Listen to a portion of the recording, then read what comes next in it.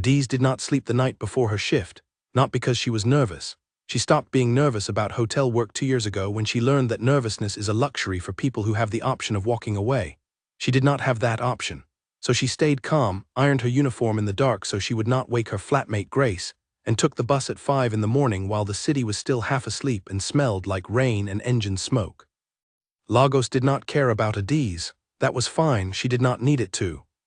She had a system: wake up at 4:45, iron, eat whatever was left from the night before, bus to the island by 6, clock in at 6:30, smile at guests, answer questions, solve problems that were not her fault, smile some more. Count tips at the end of the shift that were almost never as much as she hoped, take the bus home, sleep, repeat. She had been doing this for 3 years at the Golden Crest Hotel, one of the quieter 5-star properties on Victoria Island, the kind of place that attracted old money and government officials who preferred not to be seen. It was not the most glamorous job in the city. It was not the worst either. It paid well enough that she could send her mother 400,000 naira every month without borrowing from anyone, and that was the only number that truly mattered to Adiz. Her colleagues liked her well enough. Bissy, who worked the afternoon front desk shift, called her the most professional human being she had ever met, which Adiz took as a compliment even though Bissy sometimes said it with a look that suggested she meant something else entirely. Chukwuma, the head of housekeeping, said Adiz moved through the hotel like a machine, efficient, quiet, always exactly where she was supposed to be. Adiz took that as a compliment too. She had grown up in Enugu, in a house that had 3 bedrooms and 5 people and a roof that leaked in 2 places during the rainy season. Her mother worked at a pharmacy and her father had left when Adiz was 11, not dramatically, not with a fight, just quietly one morning and then simply never came back. Her mother had not cried in front of the children. She had gone back to work the next day. Adiz had watched that and understood something important about the world, that the people who survive are the ones who do not wait for things to get better on their own. They make the thing happen. So Adiz had made things happen. She studied. She got good grades. She got a scholarship to a hospitality management program in Abuja, graduated near the top of her class, moved to Lagos at 21 with a single bag and a number for a hostel that turned out to be a converted flat in Yaba. She shared a room with 2 other women for 8 months, saved every kobo she could, and eventually moved into the flat in Surola that she shared now with Grace and a nurse named Falek, who worked night shifts and was therefore almost never home when Adiz was. It was a good arrangement. Adiz valued quiet. She valued quiet, she valued routine, and she had very deliberately stopped valuing things she could not have. She had been through one relationship in Lagos, a man named Deo who was handsome and kind for 6 months, and then unkind in small, consistent ways for another 4 before she ended it with the same calm she used for everything else. She had not cried much. She had gone back to work the next day. That was Adiz's way. She arrived at the Golden Crest that morning at 6:28, 2 minutes ahead of schedule, and the first thing she saw when she walked through the staff entrance was a wall of flowers being carried by 3 separate delivery men, enough flowers to fill a small garden, all white and cream and pale gold, the kind of arrangement that cost more than her monthly rent. She stopped one of the delivery men and asked who they were for. "Presidential suite," he said, and moved past her. Adiz went to the front desk, logged in and looked at the booking sheet. The Okafor family had arrived. She had heard the name before. Everyone at the Golden Crest had heard the name. The Okafors were one of those Nigerian families whose wealth was so old and so established that it had become almost boring, the way extreme height is interesting when you first see it, and then just becomes the thing you account for when you arrange furniture. They had interests in oil, in construction, in agriculture, in 3 different banks. They had a foundation that built schools. They had a family compound in Anambra that people described the way people describe a small town. They came to Lagos twice a year, always for business, always stayed at the Golden Crest because they had been coming here since before Adiz was born, and they always took the entire presidential suite floor, which was 2 suites and a connecting lounge that together cost more per night than Adiz made in 4 months. She had never actually spoken to any of them.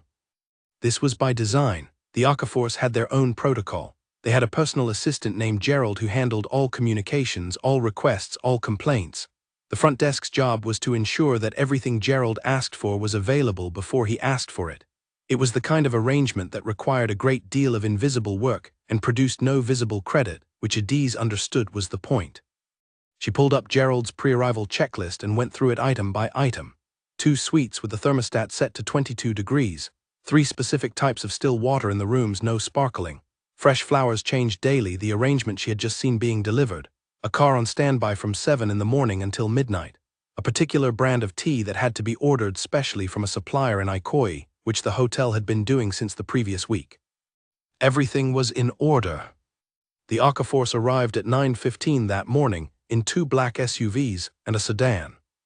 Adiz watched from behind the front desk as they came through the lobby, Gerald first, moving fast and already talking on his phone, then 2 men she did not recognize in dark suits who were clearly not family, then the family itself. She recognized the young one immediately. Prince Emeka Okafor, 29 years old, younger son of the late Chief Emmanuel Okafor, who had died 4 years ago and left behind an empire that people were still arguing about in financial newspapers. Emeka had been photographed at parties, at charity events, at a film festival in Cannes, at a fashion week in Milan. He had a face that cameras loved, and he appeared to know it. He walked into the Golden Crest lobby the way people walk into rooms they own, which in a technical sense he almost did, given how many times the Akaforce had paid for it. He was wearing a light gray outfit, loose and expensive. He smiled at a woman carrying a tray near the elevator bank, and the woman almost dropped the tray. Bissy, who was standing beside Adiz pretending to organize papers, made a soft sound under her breath. "Stop it," Adiz said quietly. "I am not doing anything," Bissy said. "I am standing here being professional." "You are breathing very loudly." "It is a free country." The family moved past the front desk and toward the elevators. Adiz did not look up from her screen. She was updating the room's service availability for the floor, which was a task that needed to be done and also required her to look at a computer screen and not at the lobby. The elevator opened, the family went in. Bissy let out a breath like she had been holding it since childhood. "Adiz," she said, "that man has no right to look like that."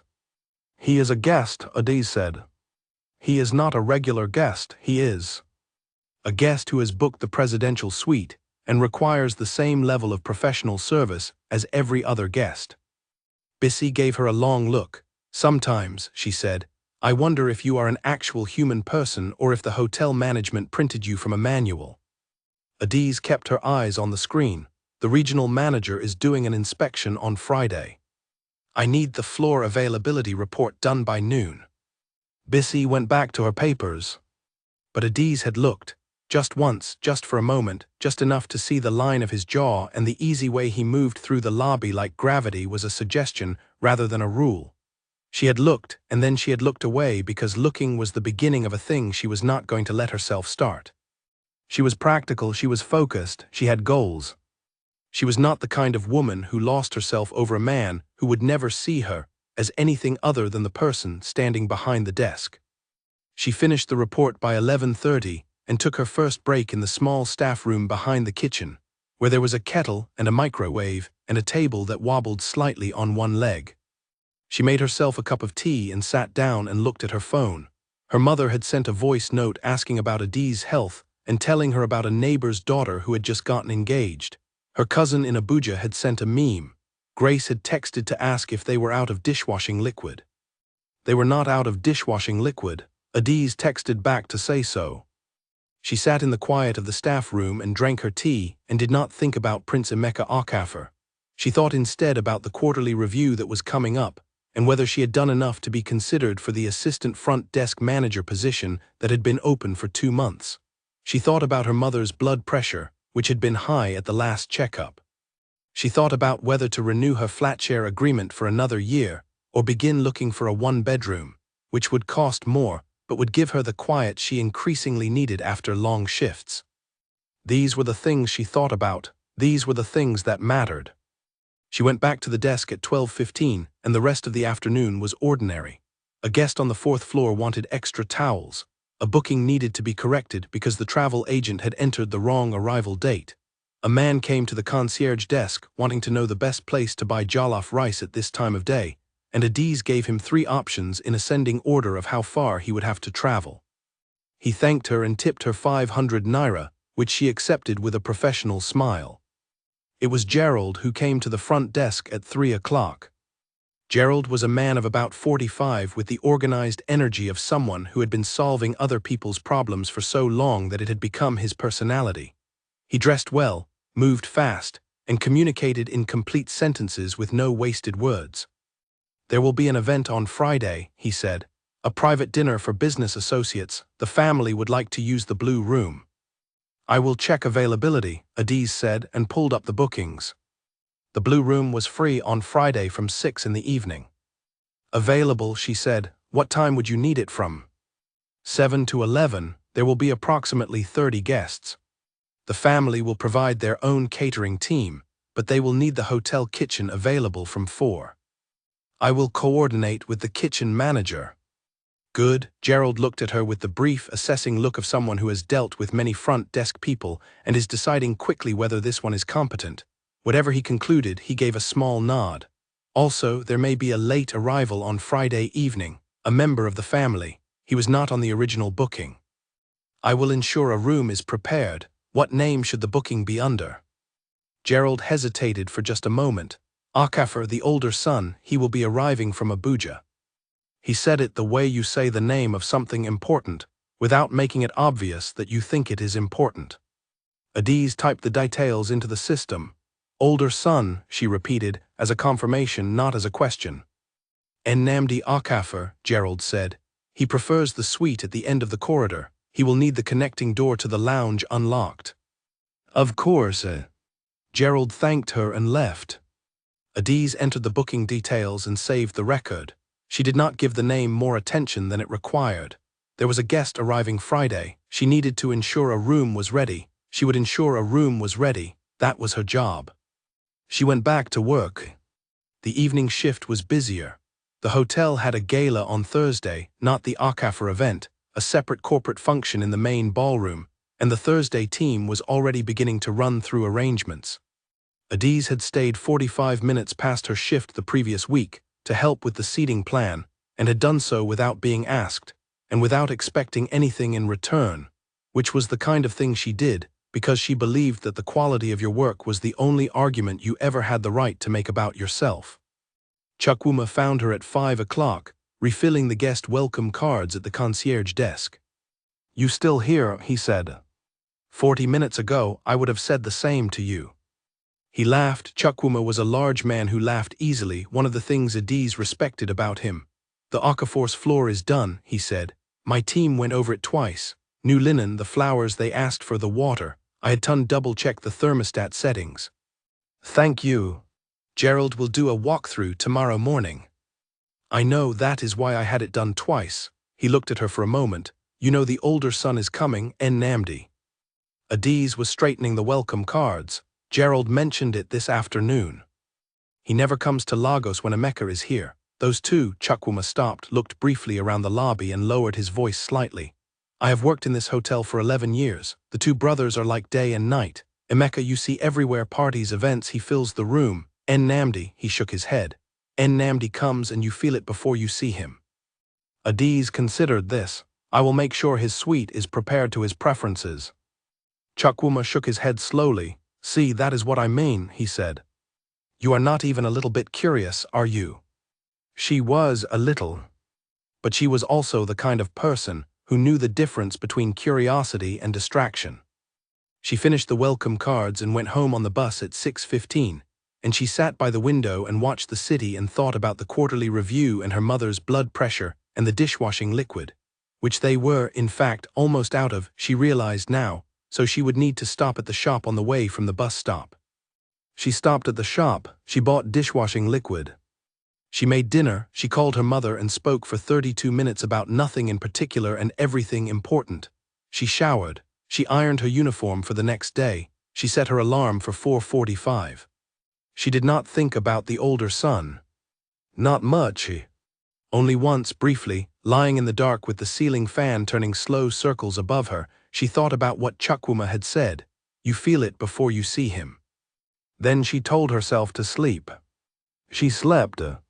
The next morning she woke at 4:45, ironed her uniform in the dark, and took the bus to Victoria Island while the city was still half asleep and smelled like rain and engine smoke. And on Friday, everything changed. Not at once, not in the way things change in stories, with a single clear moment you can point to afterward and say, there, that is where it began.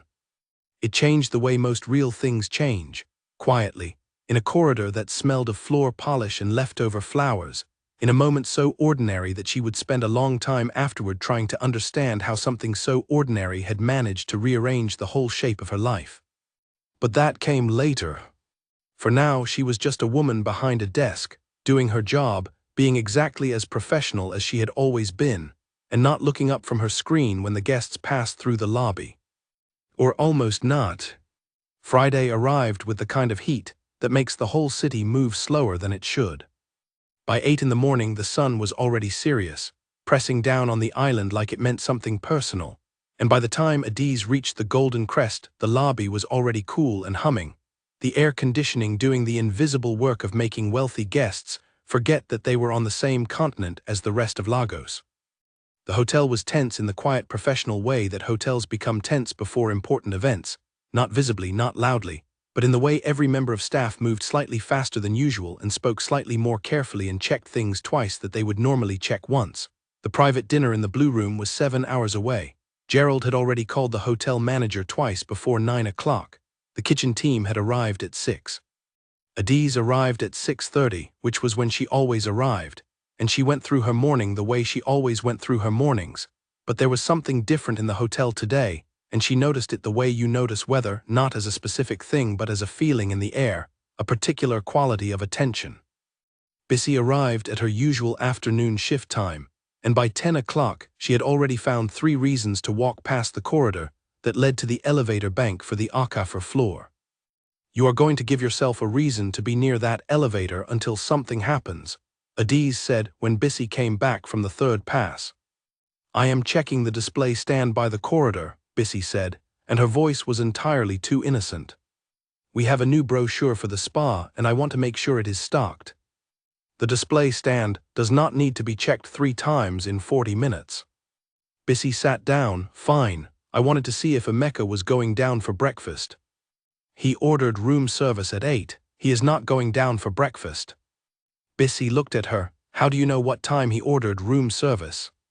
Because I logged the order when it came through. You logged his order. I log every order, that is the job. Bissy was quiet for a moment, giving her the particular look she reserved for moments when she suspected Adiz was being more human than she was admitting to. Then she turned back to her screen and said nothing else. The gala dinner preparations took most of the morning's attention. Gerald came down at 11 to inspect the Blue Room and had 4 notes, all reasonable, all immediately addressed. The florist came back to replace a centerpiece that Gerald felt did not match the color brief. 2 of the Akafur family's guests called ahead to confirm their parking arrangements.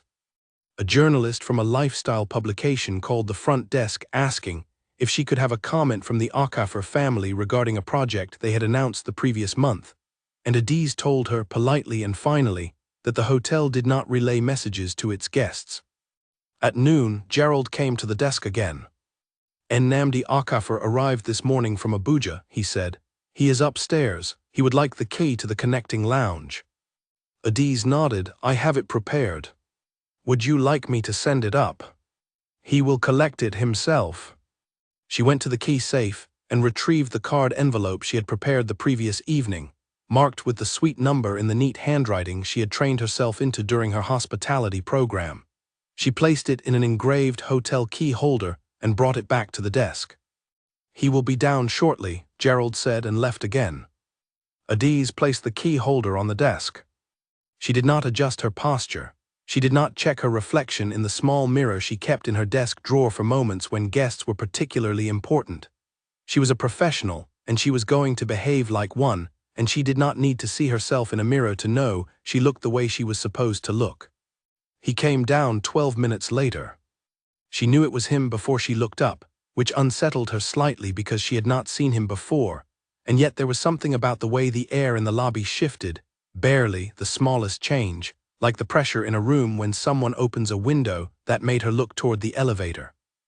Nnamdi Akafur was tall, not in the noticeable way that makes people comment, but in the way that means when he enters a space, the space acknowledges him. He was wearing a simple dark shirt and trousers, nothing that announced itself, but he wore it the way people wear things when they have stopped caring about what clothes communicate and started caring only about what they feel. He was older than his brother, mid-30s, with a face that had something in it beyond his brother's easy beauty, a quality she could not name immediately, something that looked like it had been built by thinking rather than just by being born. He walked toward the front desk without looking around.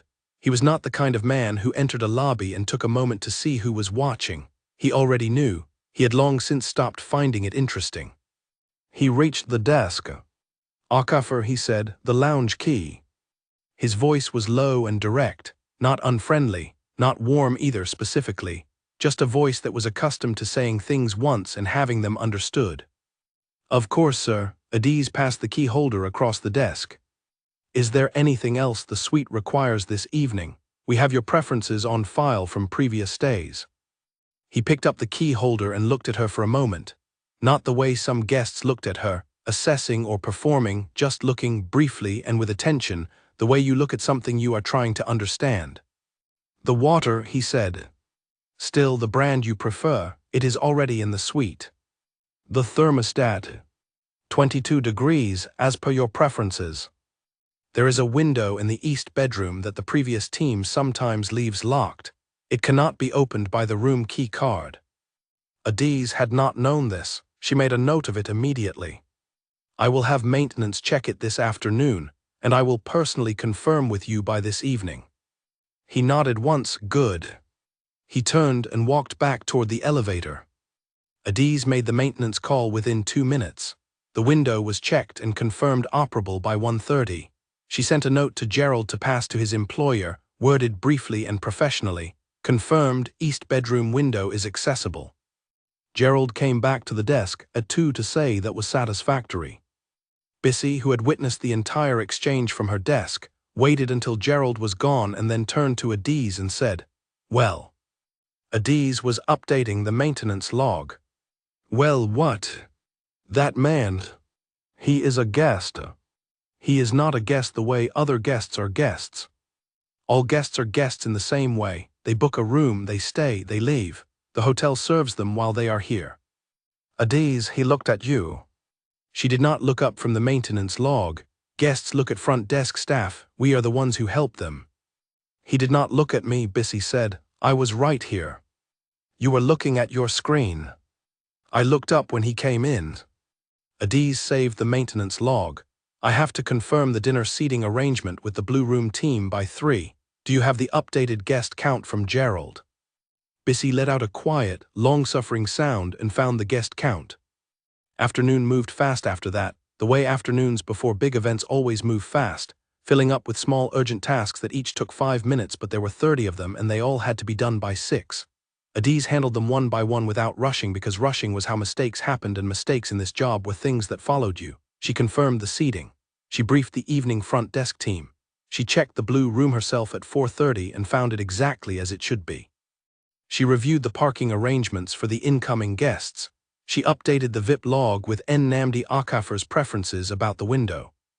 At 5:15, she took a 15-minute break and sat in the staff room with her phone. Her mother had sent a voice note. She listened to it with one ear while staring at nothing. Her mother was talking about the neighbor again, the one whose daughter was getting married. Her mother's voice was warm and ordinary and grounding, the kind of voice that makes you remember what your life actually consists of regardless of what hotel you are standing in. Adiz sent a voice note back. "I am fine, Mama. Working today. There is a big dinner at the hotel. I will call you properly Sunday. Don't let Mrs. Obi talk you into anything at the pharmacy. You know how she is." She went back to the desk. At 6:30, she had technically ended her shift. She did not leave. This was not unusual. She often stayed for an hour or more past her official time when something important was happening at the hotel, not because she was asked to, but because she understood that being present and useful during the important moments was the kind of thing that distinguished people who wanted a job from people who wanted a career. She had explained this to Grace once, and Grace had looked at her and said, "Adiz, do they pay you overtime?" And Adiz had said no, and Grace had said, "Then you are just being used." and Adiz had said, or I am investing, and Grace had said same thing, and they had disagreed about this, as they disagreed about most things, and it had not changed what Adiz did. The dinner guests began arriving at 7. They came in quietly, the way people with that much money always come in quietly, no spectacle, no announcement, just cars at the entrance and men and women in good clothes moving through the lobby toward the blue room. Gerald received them at the entrance to the corridor. Adiz watched from the front desk and coordinated parking with the valet team through her earpiece. Emeka came down from the suite at 7:15 with 2 people she did not recognize, all 3 of them laughing at something, filling the lobby briefly with the particular energy of people who are already having a good evening, and the evening has barely started. He glanced toward the front desk as he passed, not specifically at Adiz, just the general glance of someone checking the room, and then went down the corridor to the blue room. Adiz went back to coordinating parking. At 8:30 she confirmed with the kitchen that the first course had been served without incident. At 9 she did a quiet walk of the lobby to ensure everything was in order, the arrangement at the entrance, the lighting, the temperature, the small things that guests noticed without knowing they were noticing them. She was in the east corridor at 9:15 when the evening began to change. The east corridor ran parallel to the main lobby, connecting the back of the hotel to the business center and the smaller meeting rooms. It was quiet at this time of night, the meeting rooms empty, the business center locked, the long soft-lit stretch of carpeted floor belonging to no one in particular. Adiz used it sometimes as a shortcut when she needed to get to the back of the hotel without walking through the lobby, particularly when there were guests in the lobby who might stop her with questions she did not have time to answer. She was walking quickly, her heels quiet on the carpet, carrying the folder with the kitchen confirmation sheet that she needed to file in the back office. She heard someone behind her. She assumed it was a member of the catering team, or perhaps one of the housekeeping staff coming off the Akafor floor, and she did not turn around. Then the footsteps drew closer, and she could tell from the sound, slower, more deliberate, not the rapid pace of working staff, that it was a guest. She turned. It was Nnamdi Akafor. He was not walking toward the blue room. He was coming from the direction of the fire exit, which led to the external staircase, and he had his jacket off and held loosely in one hand and his phone in the other, and he looked like a man who had stepped out from something rather than toward something. He saw her at the same moment she saw him. He stopped. She stopped. "Good evening, sir," she said, because that was the thing you said. "Good evening." He looked at her, then at the corridor, then back at her. "Is this the way back to the elevators?" "If you take the left at the end of the corridor, yes. The elevator bank is 30 meters past the corner." "Thank you." He started walking. She started walking. They were going in the same direction, which she realized a second too late, and now they were walking together in the dim light of the east corridor, which was not a situation she had anticipated or prepared for. She kept her pace professional and steady. She looked at the folder in her hands. "You are the one from the desk," he said. "Not a question." "Yes, sir. The window was fixed. I saw to it this afternoon." A pause, their footsteps were the only sound. "You stayed," he said. "Your shift ended at 6:30. She was startled enough that she almost stopped walking. She did not stop walking. "I wanted to make sure the evening went smoothly." "Does it often not?" "Not when I can help it." She heard something in his breath that might have been the beginning of a low laugh. She was not certain. They reached the corner. She stopped and indicated the direction to the elevators. 30 meters, she said. He looked at her again, that same brief focused attention she had noticed at the desk. "Thank you," he said, and then just before he turned, "What is your name?" "Adiz." He repeated it, not with the stumble most people gave it, the moment of hesitation before attempting unfamiliar syllables. He said it as though he had been saying it for years.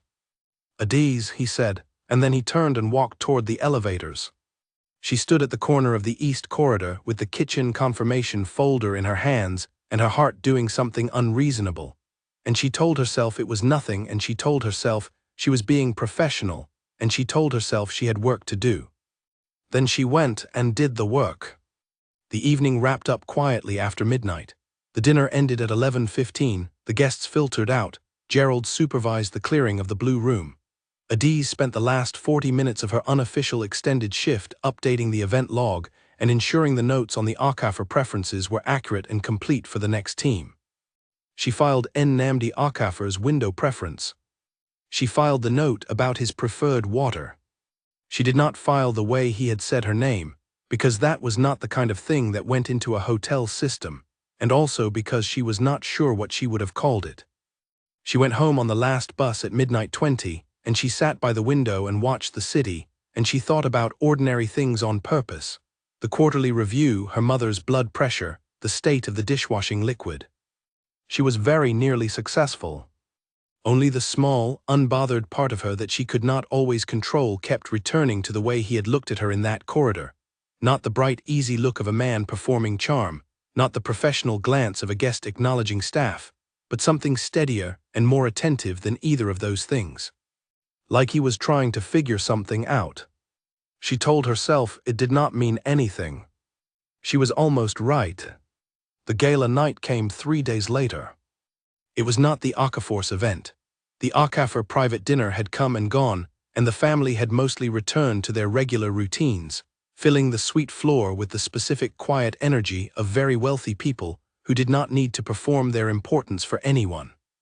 Emeka had gone out twice, once in the evening with a group that included 2 women Adiz did not recognize, and a man who appeared to be a music producer, and had come back both times in the early hours with the loosened ease of someone for whom a good night costs nothing but time. Namdi had not gone out at all, as far as Adiz could track from what passed through the front desk. What passed through the front desk, in terms of the Akafar floor. 2 room service orders, one of which was a very large breakfast that Gerald confirmed was for a business meeting held in the suite, 3 requests for printed documents from the business center, and a query about the hotel gym hours that Adiz answered by phone, and that she knew came from the older brother because Gerald had told her earlier that morning that Namdi preferred early morning exercise. Which meant she needed to confirm with the gym team that the equipment was clean and available from 5:30 onward. She was not keeping track of him, she was doing her job. This was what she told herself, and it was true enough to be comfortable. The corporate gala was for a telecommunications company celebrating its 20th anniversary. 400 guests, the main ballroom, a live band, a menu that had taken 2 weeks to finalize.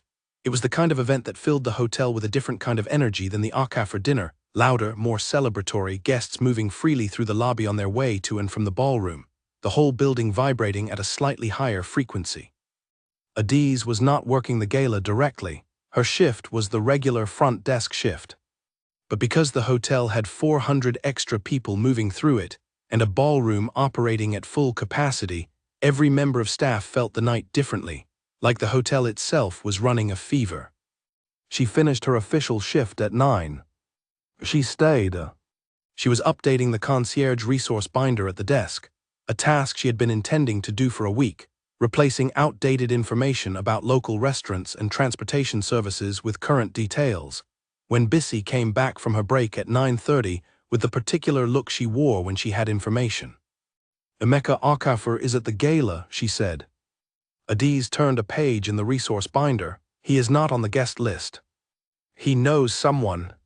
He went in with the group from the telecommunications company. That is not our concern as long as it is managed through the events team. I am just telling you.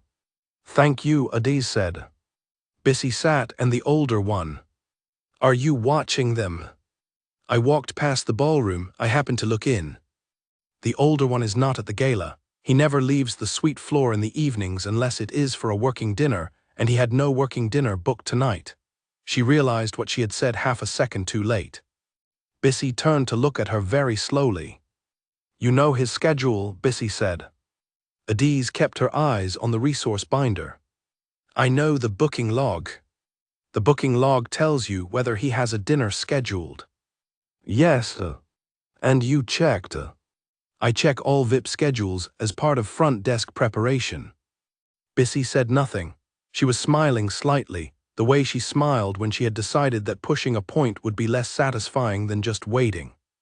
The evening deepened around them. The gala pulsed from the ballroom in waves of sound that reached the lobby as a kind of pleasant rumble, and the front desk handled the traffic of arriving guests, guests needing directions, guests who had lost their table assignments, a gentleman who had left his phone in a taxi and needed the concierge team's help tracking it. At 11, the ballroom began winding down in the particular way of events that had been very well attended, not abruptly, but in a slow receding tide, guests drifting out in groups, pausing in the lobby for conversations that the evening had almost finished, then finishing them. The lobby went from quiet to filled and back again in slow rhythms. Adiz finished updating the resource binder at 11:15 and decided she would leave at 11:30. She was aware, in the back of her mind, that she had been staying past the end of her shift every day this week, and that the honest reason was becoming harder to avoid looking at directly. She was filing the binder when Chukwuma appeared at the edge of the desk. "I need you to take the spare room service tray to the collection point near the east wing," he said. "My night staff are all tied up with the gala clearance." Adiz looked at him. "That is housekeeping." "I know, and my night team has 12 trolleys to clear from the ballroom and 6 rooms that still have outstanding trays. If I have one person take this one tray to the east wing collection point, I can have the whole floor done in 40 minutes. Otherwise it is an hour 20. She closed the binder. "Which tray?" He showed her, a single trolley near the service corridor behind the front desk, loaded with the remains of what looked like a significant in-suite meal. 2 covered dishes, a pot that had held tea, a water carafe, the particular ordered disorder of a meal that had gone on for several hours. "East Wing Service Collection Point," she said. "End of the corridor by the emergency staircase, 5 minutes." She took the trolley. The East Wing corridor at 11:20 was the quietest part of the hotel. The meeting rooms were empty and dark. The corporate guests who had booked the smaller conference suites had all finished hours ago. The carpet absorbed her footsteps and the trolley moved quietly on its wheels, and the corridor stretched ahead of her, soft-lit and empty. She was halfway to the collection point when she realized she did not have her shoes on. She had taken them off at some point in the last hour. She did this when she was behind the desk for long stretches, when her feet protested enough to demand attention, and she had not put them back on before Chukwuma found her, and now she was in the East Wing corridor at 11:20 at night, pushing a room service trolley in her socks. She laughed very quietly to herself. It was the kind of laugh you make when you realize how absurd you would look to anyone watching. She was alone. There was no one watching. She pushed the trolley forward. The figure came around the corner fast. Not running, just walking with purpose, and at a pace that made the collision more or less inevitable the moment they were both occupying the same tight corridor. He came around the corner and she had enough time to see the dark shirt, the same one from before or one like it, and then they hit. The trolley stopped her moving forward, but she still went sideways, one hand flying off the trolley handle, the folder she had inexplicably been carrying for the last hour going in one direction, her whole balance tilting in a way that suggested the corridor floor was about to become very close to her face. His hand caught her arm. Not tentatively, fully, a grip that was immediate and certain. She steadied. She did not fall. The trolley had hit him somewhere around the midsection, and he had stepped back with the impact, but he was. She registered now with her heart doing something loud and unhelpful, completely fine. She registered other things. That he was very solid, that the hand on her arm was warm, that this was Nnamdi Okafor, who had been in her hotel for 5 days and had asked her name and repeated it correctly and was now holding her arm in the east corridor at 11:20 at night. He let go the moment she was stable. "Are you all right?" he said. "Yes," her voice came out professional by some combination of training and willpower. "I am so sorry, sir. I did not see you coming around the corner. I was moving too fast." He looked at the trolley, then at her feet. Something moved in his expression, not mockery, something quieter. "No shoes." She stopped. There was no version of an explanation that did not sound slightly absurd. "Long shift." "I know. You were here at 6:30 this morning." The fact that he knew her schedule, the fact that he had noticed, went through her in a way she could not account for. She bent down to pick up the folder, which had landed against the corridor wall. "The collection point is at the end of the corridor," she said, straightening. She needed to finish this task. She needed to be professional. She needed her brain to return to the part of her head it normally occupied and stop doing what it was currently doing. I know where it is, he said. I was coming from that direction. He had been on the external staircase again. He had the slightly cooler quality of someone who had been outside, and she realized now that the fire exit at the end of this corridor was his preferred route when he wanted air without going through the lobby. She pushed the trolley forward. He walked beside her. This was not what she had intended. He was simply going in the same direction, back toward the elevators, and she was going to the collection point first, and the corridor was not wide enough for him to walk very far ahead without making it obvious he was trying to. So they walked together as they had before, her in her socks and him with his jacket over one arm, the trolley rolling quietly between them. The dinner went well, he said. I'm glad to hear it, sir. Gerald said the kitchen was very cooperative. We try to accommodate our guests' needs. A pause. You do not have to do that, he said. She glanced at him, sir. The professional voice, we are the only two people in this corridor. She did not know what to do with this. She had a professional voice because she was a professional person and she was at work and he was a guest. She said none of this because she did not know how to say it without it sounding like an argument. I have a trolley to deliver, she said instead. I know. They reached the collection point. She pushed the trolley into position, checked that it was properly docked and straightened up. He was leaning against the corridor wall, watching her with that particular focused attention of his, and she realized that over the past 5 days she had become somewhat familiar with that look, the way it worked, the way it settled on things, the way it did not waver. You work very hard, he said. Most people do. Not like this. He looked at the trolley, which she had just correctly positioned even though it was not her job. You could have left at 6:30. The hotel needs. The hotel has staff for the things you are doing right now. She met his eyes. I like things done properly. Something shifted in his face. So do I, he said, and his voice was different when he said it, not softer exactly, but more deliberate, like he was saying something that had more than one meaning and he was aware of it. She stood in the east corridor with the trolley behind her and her shoes somewhere at the front desk and the folder in her hand, and she looked at Nnamdi Okafor, and she felt, very clearly, that this conversation was not about the trolley or the hotel or her work ethic. She did not know what it was about. Or rather, she did know, and knowing it was the problem. She cleared her throat. I should get back to the desk. Of course, he said, and then just as she had begun to turn, Adiz. She stopped. He said her name the same way he had said it the first time, easy, certain, like a thing already known. Thank you, he said, for the window and the water, and a pause that was brief and unreadable everything else.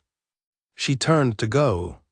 She walked back up the corridor and she did not look back, not because she was certain of herself, but because she had enough sense to know that looking back would have told him something she was not ready to tell anyone, including herself. She reached the front desk, put her shoes on, said goodnight to Bissy and took the bus home. On the bus she sat very still and looked out at the city, and the city looked back at her with its usual complete indifference. Her heart had not returned to its normal place in her chest. She was almost sure she was imagining all of it. Almost. 2 nights later was when it happened. Saturday evening. The hotel had another event, a wedding reception in the garden terrace, an entirely different energy from the gala, lighter and louder and more colorful, with a live band that played until 11 and guests who drifted in and out of the lobby trailing laughter and confetti that the cleaning team swept up twice an hour without complaint. Adiz was not working Saturday evening.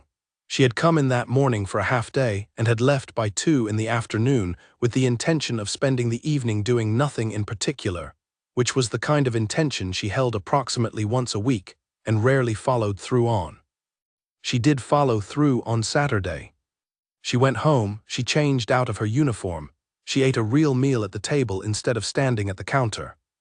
She called her friend Ngozi, who lived in Ibadan and who always called her back within 40 minutes regardless of what time it was, and they talked for an hour about things that had nothing to do with hotels or wealthy guests, or the specific problem of being a professional woman who was excellent at her job, and somewhat less excellent at pretending she did not notice when something unusual was happening. You are not telling me everything, Ngozi said at one point, with the directness that Adiz both valued and found occasionally unsettling. I am telling you everything that matters, Adiz said. Which means there is something that you have decided does not matter. Yes. And you are not going to tell me. Not yet. Ngozi let this pass the way she let most things pass, without pressure, with patience, in the full confidence that Adiz would tell her when she was ready. That was the thing about people who had known you since university. They already understood the shape of how you worked. She went to bed at a reasonable hour. She could not sleep. At 10:30 she got up, not to do anything specific, just because lying in the dark with her own thoughts had become less comfortable than standing in the kitchen making tea. She made tea. She stood at the window in their small kitchen and looked at the city and listened to the distant sounds of a Saturday night in Surulur, music from somewhere 2 streets away, a car alarm that went off and then stopped, someone laughing loudly at something. At 11:15, she made a decision that she had been making and unmaking all week. She was going back to the hotel. Not to work, she was not on shift. She told herself she needed to collect a personal item she had left in her desk, which was true. She had left her phone charger, and that going back at 11:15 on a Saturday was a slightly eccentric way to collect a phone charger, but was not the kind of thing anyone needed to know. She dressed, she called a car. She arrived at the Golden Crest at 11:45. The wedding reception was still going, the terrace alive and lit, the band doing something beautiful with a slow song. The lobby was quieter by comparison, a few guests in the seating area, the night front desk team managing things with the particular calm of experienced hotel workers after midnight. She waved to Victor at the desk, one of the night team she knew well, and said she was just collecting something from her drawer, and he nodded and went back to his screen. She found her charger, she put it in her bag. And then she did not leave immediately, because the lobby was peaceful and the band was playing, and there was something about this particular Saturday night that felt suspended, like the moment before a decision that you have not yet admitted you are making. She was standing at the edge of the lobby, charger in her bag and no particular reason to stay, when the ballroom, or rather the corridor leading to the ballroom, produced a small burst of noise and movement, and Emeka Okafor appeared with 4 other people, all of them carrying the particular energy of people who had decided the party needed to move somewhere else. He saw her. He pointed at her like a man who has just remembered something. You are the one who sorted out Gerald's parking thing last week." He was smiling the wide, easy smile. "Come, what is your name again?" "Adiz," she said. "Good evening, sir." "Adiz, you are a lifesaver, genuinely." Gerald said. He was already moving past her, his group carrying him forward the way a current carries a boat. "Tell your manager she should get a raise, yes." And he was gone through the main entrance, his group filing out after him, the automatic doors swishing shut on his laughter. She stood there. She processed this. He had not known her name. He had not recognized her name when she told him. He had looked at her the way you look at someone who is part of a helpful and efficient system, not the way you look at a specific person. She had spent a week carefully not thinking about how Emeka Okafor might look at her, telling herself she was not the kind of woman who entertained that kind of thinking. And in the space of 30 seconds, the question had resolved itself into something so obviously simple that she felt slightly foolish. He did not know her name. She was not something he had noticed. She turned and walked toward the east corridor, telling herself she was going to the service exit, which was the most direct route to where she had told the driver to wait. She walked the corridor she had walked 3 times this week, past the dark meeting rooms, past the business center. She heard the fire exit open at the end of the corridor. She was close to the corner where it was her habit to tell herself to stop and go left toward the exit. She did not stop in time. He came around the corner and she came around the corner, and the space between them was not large, and they both stopped, very close, and for a moment neither of them said anything. He was in the same dark shirt. He had his phone in one hand and he was carrying his jacket over his shoulder. He had been outside. She could tell from the slight warmth of the outside air that still clung to him, the collar of his shirt. "Adiz," he said, the way he always said it. "I was just leaving," she said. "It is midnight. I came to collect something from my desk." He looked at her for a long moment. The corridor was quiet and dim, and the wedding band's music had gone slow and gentle, reaching them from the terrace through the hotel's walls like something private. "You collected it," he said. "Yes."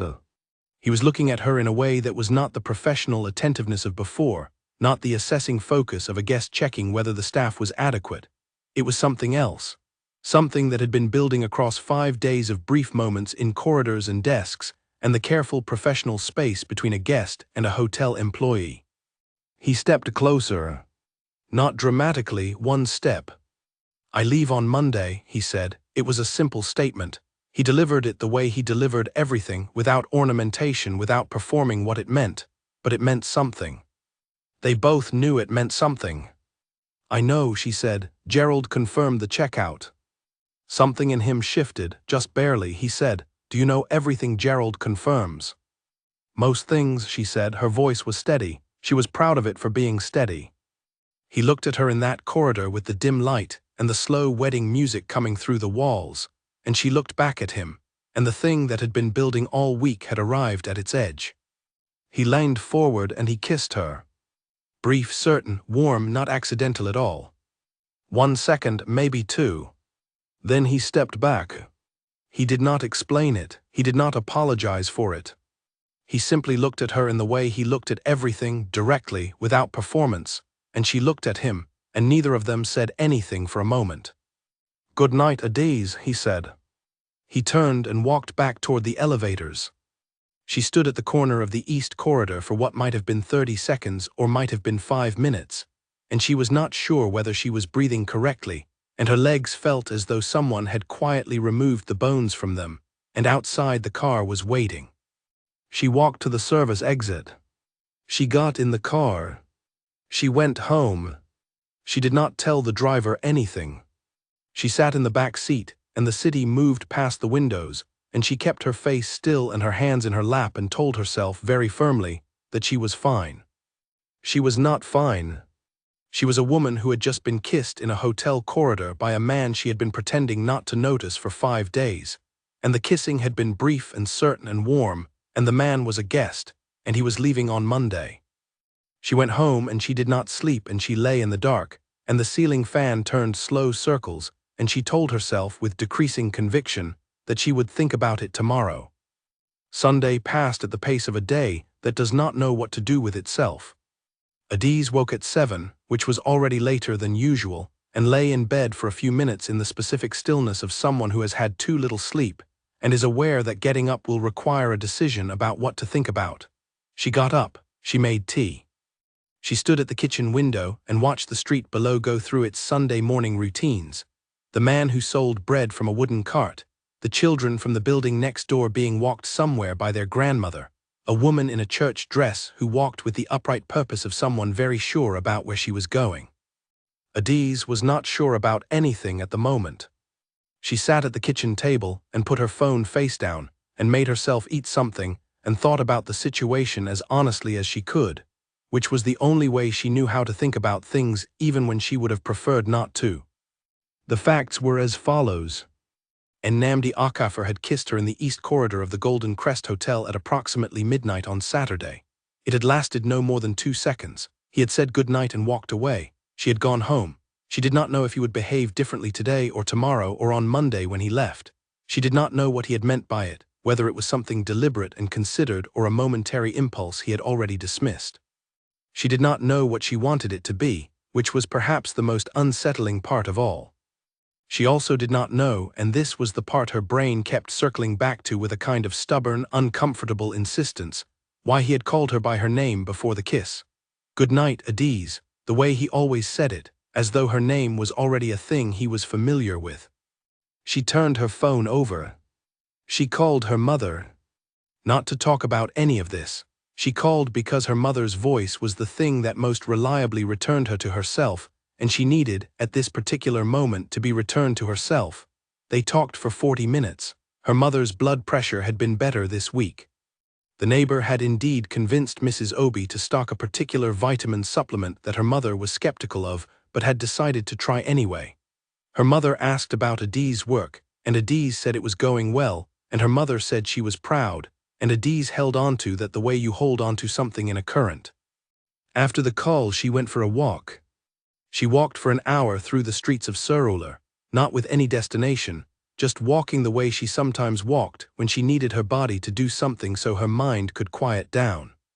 She passed the market, which was alive even on Sunday, and she stopped at a small place she liked that sold akara by the roadside, and she ate 3 of them standing up, which was the best way to eat akara, and she thought about nothing for exactly the length of time it took to eat 3 pieces of akara and pay the woman and thank her. Then she went home and the thinking started again. She was not, she told herself, going to romanticize this. She was a practical woman. She had always been a practical woman.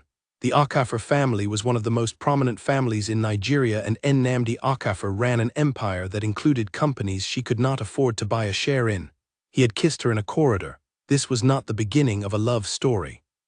This was a thing that had happened, and that she needed to file accurately in the appropriate folder in her mind, which was the folder labeled Interesting Moments That Meant Nothing, which was a folder she had used before. She ironed her uniform. She went to bed at 10. She did not sleep well. Monday morning was ordinary on the surface. She arrived at 6:30. She logged in. She went through the morning briefing with the night team. There were 2 checkouts before 8 and 3 arrivals expected by noon, and the kitchen had flagged a supply issue with one of the breakfast items. The Okafor checkout was scheduled for 11. She was not watching the clock. She was managing the supply issue with the kitchen, which involved 2 calls and a revised menu insert for the breakfast room, and she was also updating the quarterly VIP record, which Gerald had submitted some notes to the previous week. She was very busy. She did not have time to think about corridors or kisses or the specific way a person said a name. Emeka came down first. He came down at 9:45 with a woman Adiz had not seen before, not the women from Friday, someone new, wearing sunglasses inside, which was a choice Adiz found baffling but professionally irrelevant.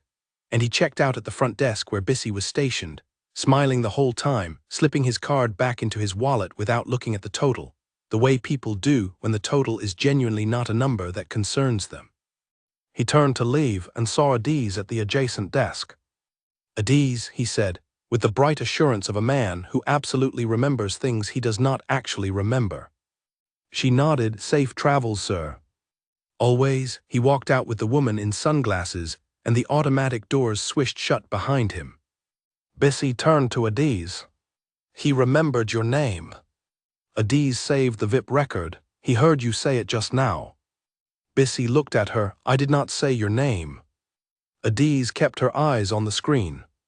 Gerald came down at 10:15 to begin the checkout process for the suite, which with the Okafors was a particular choreography: the room check, the bill review, the arrangements for the luggage, which went down in 3 trips. Adiz coordinated the valet and the luggage team without being asked to, because she was familiar enough with the Okafor checkout process by now to anticipate what was needed. Nnamdi came down at 11:10. He came out of the elevator alone, no Gerald, no luggage. The luggage was already at the cars, just him in a dark jacket and his phone, and the same particular quality of presence that had unsettled her the first time she saw him, and had not stopped unsettling her. He came to the front desk. "Good morning," he said. "Good morning, sir. I hope the stay was comfortable." It was. He paused. He put his card on the desk. "The checkout." She processed it. She did not look at the total either, not for the same reason as his brother, but because she was focused on the screen, and also because looking at the total would have involved thinking about what kind of life produced that kind of hotel bill as a casual Monday expense, and she did not have the space for that particular thought right now. She passed the card back.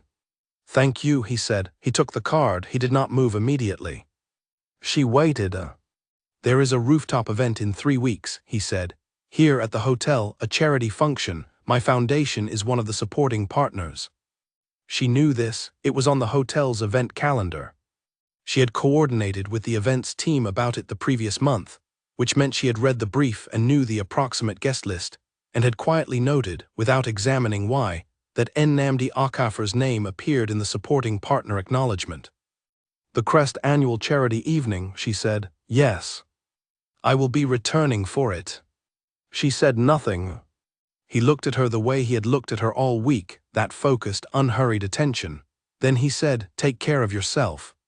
"You too, sir." He turned and walked to the entrance. The car was waiting. Gerald held the door. He got in. The car pulled away from the entrance and into the traffic of Victoria Island and then was gone. Adiz looked at the screen in front of her. Bissy was very quiet beside her, which meant she was being very attentive. "I have to update the checkout records," Adiz said. "Of course," Bissy said. She updated the checkout records. She filed the VIP preferences, updated and finalized. She made a note of the East Corridor window for the housekeeping team. She added a note that the Akafar suite should have the specific water brand stocked before any subsequent visits. She did her job. At her lunch break, she went to the staff room and sat alone, and ate the rice she had brought from home and stared at the wall and allowed herself, for exactly the length of a lunch break, to think about all of it without trying to organize it. A man had kissed her in a corridor and walked away. He was returning in 3 weeks. He was returning for professional reasons. He had told her this, perhaps as information, perhaps as something else. She could not tell the difference, which was the problem with men who did not announce their intentions but simply stated their movements. She was going to see him again, that was a fact, a hotel fact, the most neutral kind. Whether she wanted it to be more than that was not a question she answered at lunch in the staff room. She put the question on a shelf and closed the door on it and went back to work. The afternoon was busy. A wedding inquiry, a corporate account renewal, a guest on the second floor who was unhappy about the noise from a neighboring room and needed a room change organized quickly and without fuss. Adiz organized it quickly and without fuss. She briefed the evening team at 5:30. She stayed until 6:15 because she was finishing a report. Not because of anything else. She took the bus home at 6:30 and sat by the window and watched the city. 3 weeks. She was not counting. She counted 21 days. Then she looked out of the window and told herself firmly to stop, and almost stopped, and gave up being firm about it, and let the number sit in the back of her mind, where it was going to sit regardless of what she told it to do. 21 days. The city moved past the bus window, complicated and indifferent and entirely alive, and Adiz rode through it with her hands in her lap and her face still, and the ceiling of the bus above her, ordinary and unchanged, as though the day had been like any other day. It had not been like any other day. It had been a day in which she had processed the checkout of a man who had kissed her 2 nights ago and told her he was coming back, and she had processed it with perfect professional composure, and she was almost proud of herself for that. Almost. The part of her that was not proud of herself was sitting very quietly in her chest, where it had been sitting all week, watching everything, waiting. The 21 days had their own texture. The first week was fine, she worked. She managed the front desk with the competence that had become second nature to her over 3 years. She handled the small daily crises that hotels generate, like weather, the double-booked conference room, the guest with the dietary requirement that had not been flagged until the meal arrived, the laundry service complaint that required 2 calls and a complimentary service credit to resolve. She did these things with her full attention, and they filled the working hours the way work fills hours when you are doing it properly. In the evenings, in the quiet of the flat, the not thinking took more effort. Grace noticed. Grace was not particularly subtle when she noticed things. She was a pharmacy technician from Ogun State who had strong opinions about most things and delivered them with the warmth of someone who genuinely cared whether you heard her. She came home from her shift one Tuesday evening to find Adiz sitting on the small sofa in the living room, staring at a book she had not turned a page of in 40 minutes. "Something happened," Grace said. "Nothing happened. You have not turned that page. I am thinking about what I read. You have been on page 47 since I sat down to eat 20 minutes ago." Adiz put the book down. "There is a situation. A person situation or a work situation." Adiz thought about this. "Both." Grace sat down on the chair across from her with the particular stillness of someone who was going to wait until she heard the whole thing. This was, Adiz thought, both Grace's best quality and her most exhausting one. She told her. Not everything, not with all the feeling attached to it. She told it the way she told most things, the facts in sequence without editorializing, the guest, the corridor, the week of small encounters, the kiss, the checkout, the return date. When she finished, Grace was quiet for a moment. "So a very wealthy man kissed you and is coming back," she said. "Yes, sir." "And you are on page 47 of that book." "Yes, sir." "And you are trying to decide how to feel about it." "I am trying to decide how to think about it." "That is not the same thing." "I know." Grace looked at her with the frank kindness that was her particular gift. "Adise, you are allowed to want things." Adise picked up the book. "I know." "Do you?" She did not answer this. She turned to page 48. Grace let it go, which was another of her good qualities. The second week felt different in a way Adise could not precisely describe. The first week had been about managing what had happened. The second week was about the approaching edge of what might happen next, and the difference between those two things was the difference between recovering from something and anticipating something. She checked the charity evening booking twice without needing to. She verified with the events team that the rooftop was confirmed. She noted that Nnamdi Okafor's name was on the formal invitation list, and that his personal RSVP had been received and confirmed by the foundation. She updated her front desk notes with fresh details, the water, the window, the thermostat, as though she might be the one coordinating his suite, which she might be, depending on the shift rotation. She was putting information in order. It was her job. The third week arrived, and she stopped pretending the days were not passing in a specific direction. 7 days. 5 days. 3 days.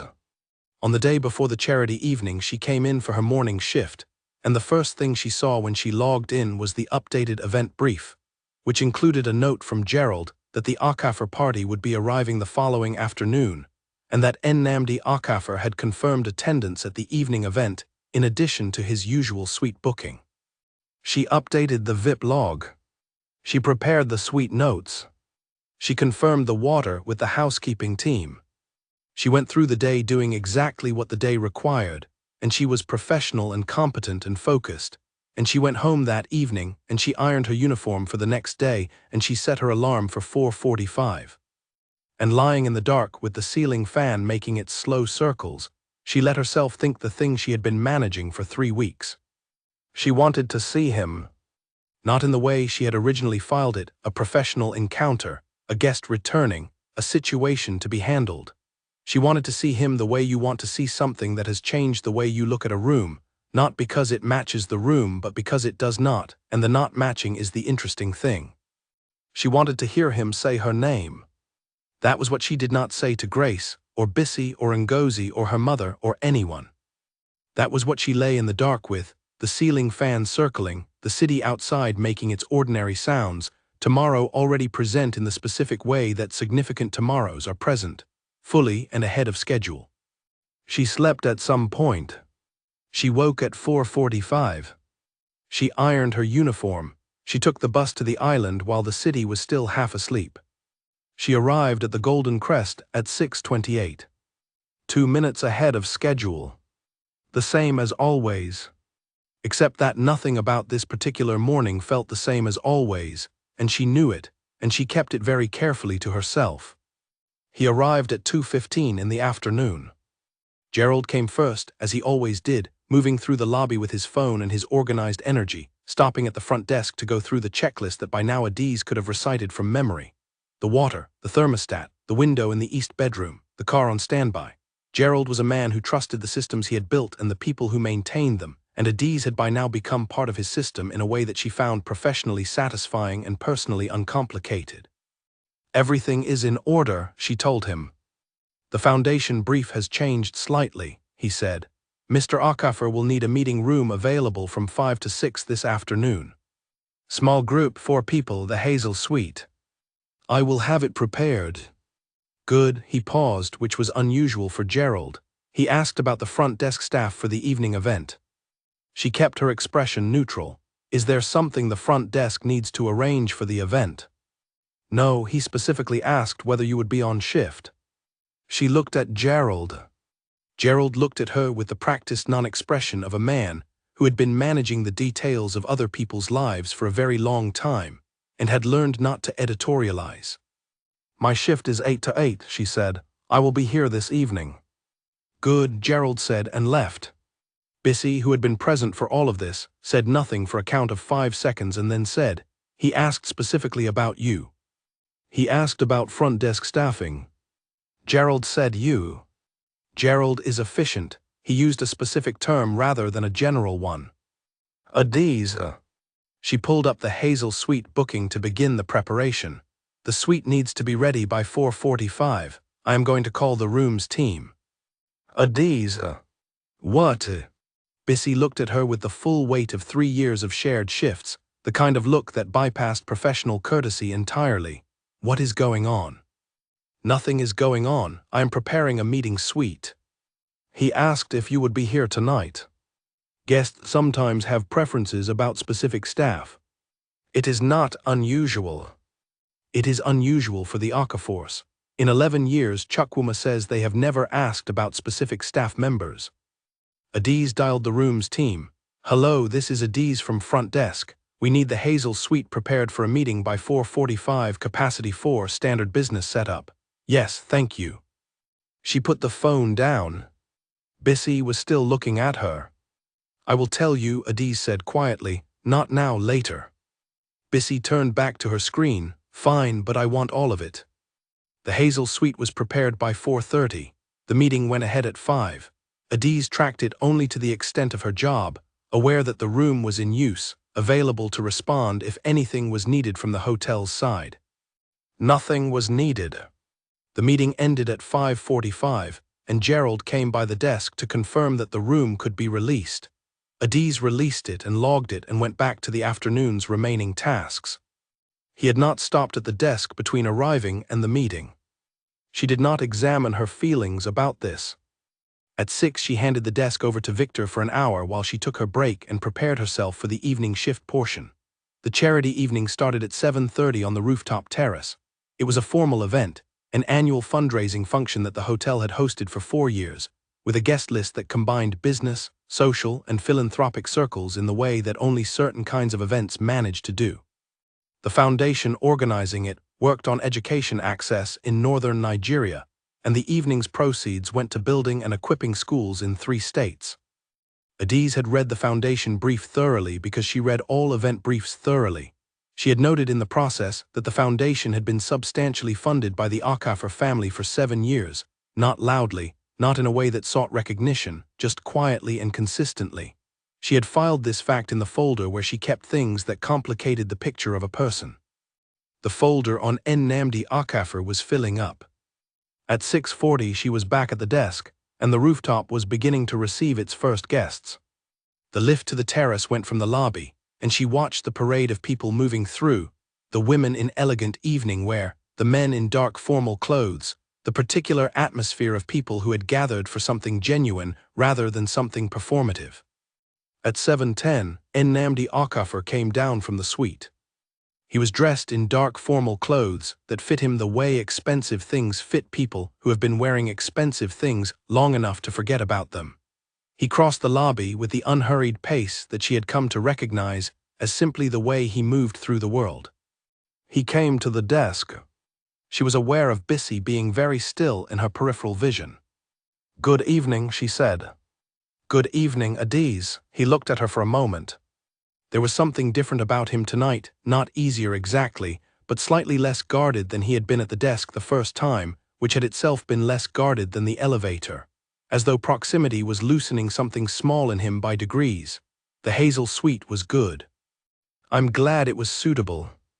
Gerald tells me you coordinated it on short notice." "It wasn't short notice. I had a note about your requirements from yesterday." Still, he paused.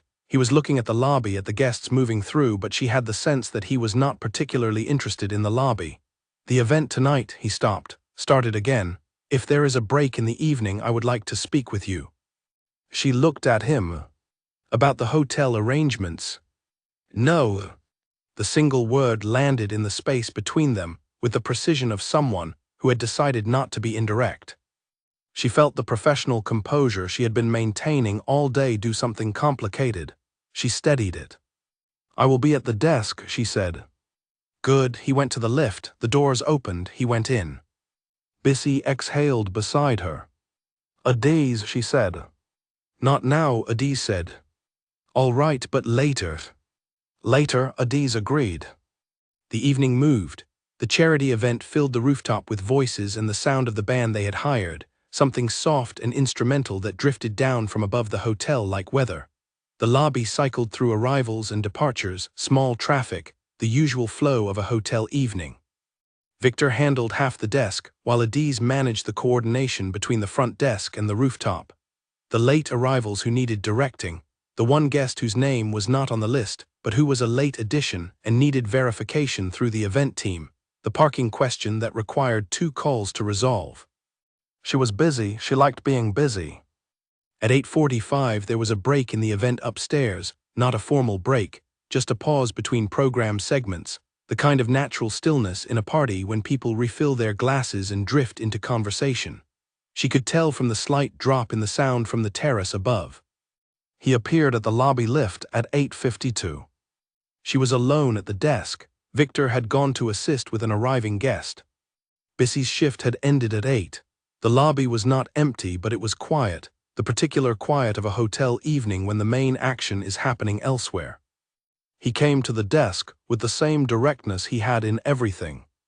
"There is something I need to tell you," he said. She looked up. The tone was different from before. Something had resolved in him. Whatever the brief consideration was between saying the thing and saying it, it was done, and he was here. "The evening in the corridor," he said, 3 weeks ago. She waited. "You thought I was my brother." She heard the words individually. She processed each one separately, which was what her mind did when it needed more time than was available. "You thought I was my brother." "The corridor was dark," he said. "You said his name before I could. You said you had been hoping to see Emeka. I should have told you immediately who I was. I did not." He paused. He held her gaze in the full and careful way he held most things. "I did not tell you because you were standing there in your socks with a folder in your hands and something about you that I—" He stopped again, and this stopping was the most human thing she had seen from him. "I should have told you my name." The lobby was very quiet. Adiz stood at the front desk of the Golden Crest Hotel at 8:53 on a Thursday evening, and understood that she had kissed the wrong Akafar. No, that was not right. She had kissed the right one. She had been wrong about which one it was. She had spent 3 weeks thinking about a kiss that she had believed belonged to the name Emeka, and the name had been wrong, and the man in front of her had known that from the moment it happened. She stood very still. He waited. He was a man accustomed to allowing space for things to settle. He did not fill the silence. Her hands were on the desk. She became aware of several things simultaneously: that her face was doing something she could not control, that the lobby was blessedly quiet, that she could not immediately locate her professional composure, that she did not actually know what to do with this information. She said after a moment, "You should have told me." "Yes," he said. "In the corridor or the next morning. Or any time in the following week." "Yes." "Instead you let me." She stopped. She was aware that completing that sentence would require admitting how much of the past 3 weeks she had spent carrying a feeling that had been attached to an incorrect name. He looked at her. He said, "I know." 2 words holding everything. She looked at this man who was not who she had thought he was and who was, in every way that had mattered over the past month, entirely himself. And the thing in her chest that had been sitting quietly waiting was now wide awake and inconveniently present. She was angry. She reached for the anger the way you reach for something familiar in a dark room. She found it. It was real. It was also, and she was aware of this even as she reached for it, a simpler feeling than the one it was currently standing in front of. "The event needs you back on the terrace," she said. "I know that too." "Then please go." He looked at her for a moment longer. Then he nodded once, with the same seriousness with which he did everything, and he turned and walked back to the lift. She watched the doors close. She stood at the desk. Victor came back. "Everything all right?" "Fine," she said. "Go and help with the arrival in Suite 4. They called about an extra rollaway bed." Victor went. She stood at the desk alone for exactly as long as she needed to stand there, which was not very long, because she was a professional, and the hotel needed her, and her feelings could wait in the queue. They would wait. They were very good at waiting by now. She went back to work. The terrace event wrapped up at 11. She could hear it from the lobby, the gradual lowering of the sound from above, the way a wave pulls back from the shore. Guests began coming down in the lift in groups of 2 and 3, still talking, still holding the energy of an evening that had gone well, pausing in the lobby to say their goodbyes and arrange their cars. The hotel front desk had one role in this: to be smooth and available and invisible, to facilitate the end of the evening the way they facilitated everything, so quietly that it looked easy. Adiz was smooth, she was available, she was invisible in the ways that she needed to be. Victor had gone off shift at 10 and the desk was hers alone. She processed the departures, answered the questions, directed the cars, confirmed 2 late checkouts for the morning. She did all of this on the surface of herself, the professional layer that had been the most reliable part of her for a very long time, and underneath that surface a very different kind of work was going on. She was thinking about Emeka. Not in the way she might have thought about him a month ago, the brief, managed awareness of a handsome and famous guest, the thing she had kept carefully in its professional box. She was thinking about Emeka in the specific context of what had just been told to her, that she had said his name in the corridor. You said you had been hoping to see Emeka. Had she said that? She reached back into the memory of that night, the corridor, her socks, the folder, the figure coming around the corner. She had said, what had she said? She had said something about the champagne flutes. She had said something about being caught barefoot. She had said yes. She had said something about hoping to find him before he left for the evening. She had assumed she was talking to Emeka because in the dark, from the distance, from the jaw and the posture, she had seen what she expected to see. She had not said his name. She had said, you. I was hoping to find you before the evening ended. You. Which Nnamdi had interpreted as meant for his brother, or had allowed her to believe was meant for his brother, which was not precisely the same thing. She turned this over carefully, the way you turn something fragile, because what it meant was complicated. It meant the kiss had happened between 2 people with a misunderstanding in the room. It meant she had spent 3 weeks caring about something that she had labeled incorrectly. And it meant she stayed with this part, that Nnamdi had known from that first moment that she had not known who he was. And he had kissed her anyway, and he had come back to find her anyway. And he had told her now, which he could easily not have done. She did not know what to do with any of this. She organized the lobby instead. At 11:45, the lobby was quiet enough that she had time to straighten the concierge display and confirm the next morning's arrivals, and do the things she did when the evening was winding down. Her hands were busy. Her mind was less cooperative. Gerald appeared at the desk at 10 past midnight. Thank you for this evening, he said. Mr. Okafor said the event coordination was excellent. The events team deserves most of that credit. I only managed the lobby side. He mentioned you specifically. Gerald said this with no additional color, the way he said everything. She nodded. Gerald left. The last few departing guests trickled through. The night cleaning team began their work at 12:30. Adiz completed the evening log at 12:45 and was preparing to hand over to the very late night team when the lift opened. He was in a shirt now, no jacket, which meant he had been upstairs and changed and had come back down, which was not something she had expected. He came to the desk. I was too abrupt earlier, he said. You were not abrupt. You were clear. I dropped information on you and then went back upstairs. You had an event to return to. I should have chosen a better time. He looked at her with the patience she had identified weeks ago as one of his defining qualities. Are you angry? She considered the question with the honesty it deserved. Yes, she said. A little. Not, she paused, not at the kiss, at not knowing. He nodded. He received this without defense. I spent 3 weeks thinking it was him, she said, and her voice was even, which she was grateful for. I spent 3 weeks telling myself what it did and did not mean, and I was arguing with the wrong information. Yes, that is something you could have corrected. Yes, any time in the past 3 weeks. Yes, he was not making excuses. He was letting her say the true things. She looked at him across the front desk of a hotel at 12:50 in the morning, with the lobby empty around them, and her professional composure held together by the habit of years. Why didn't you? She said.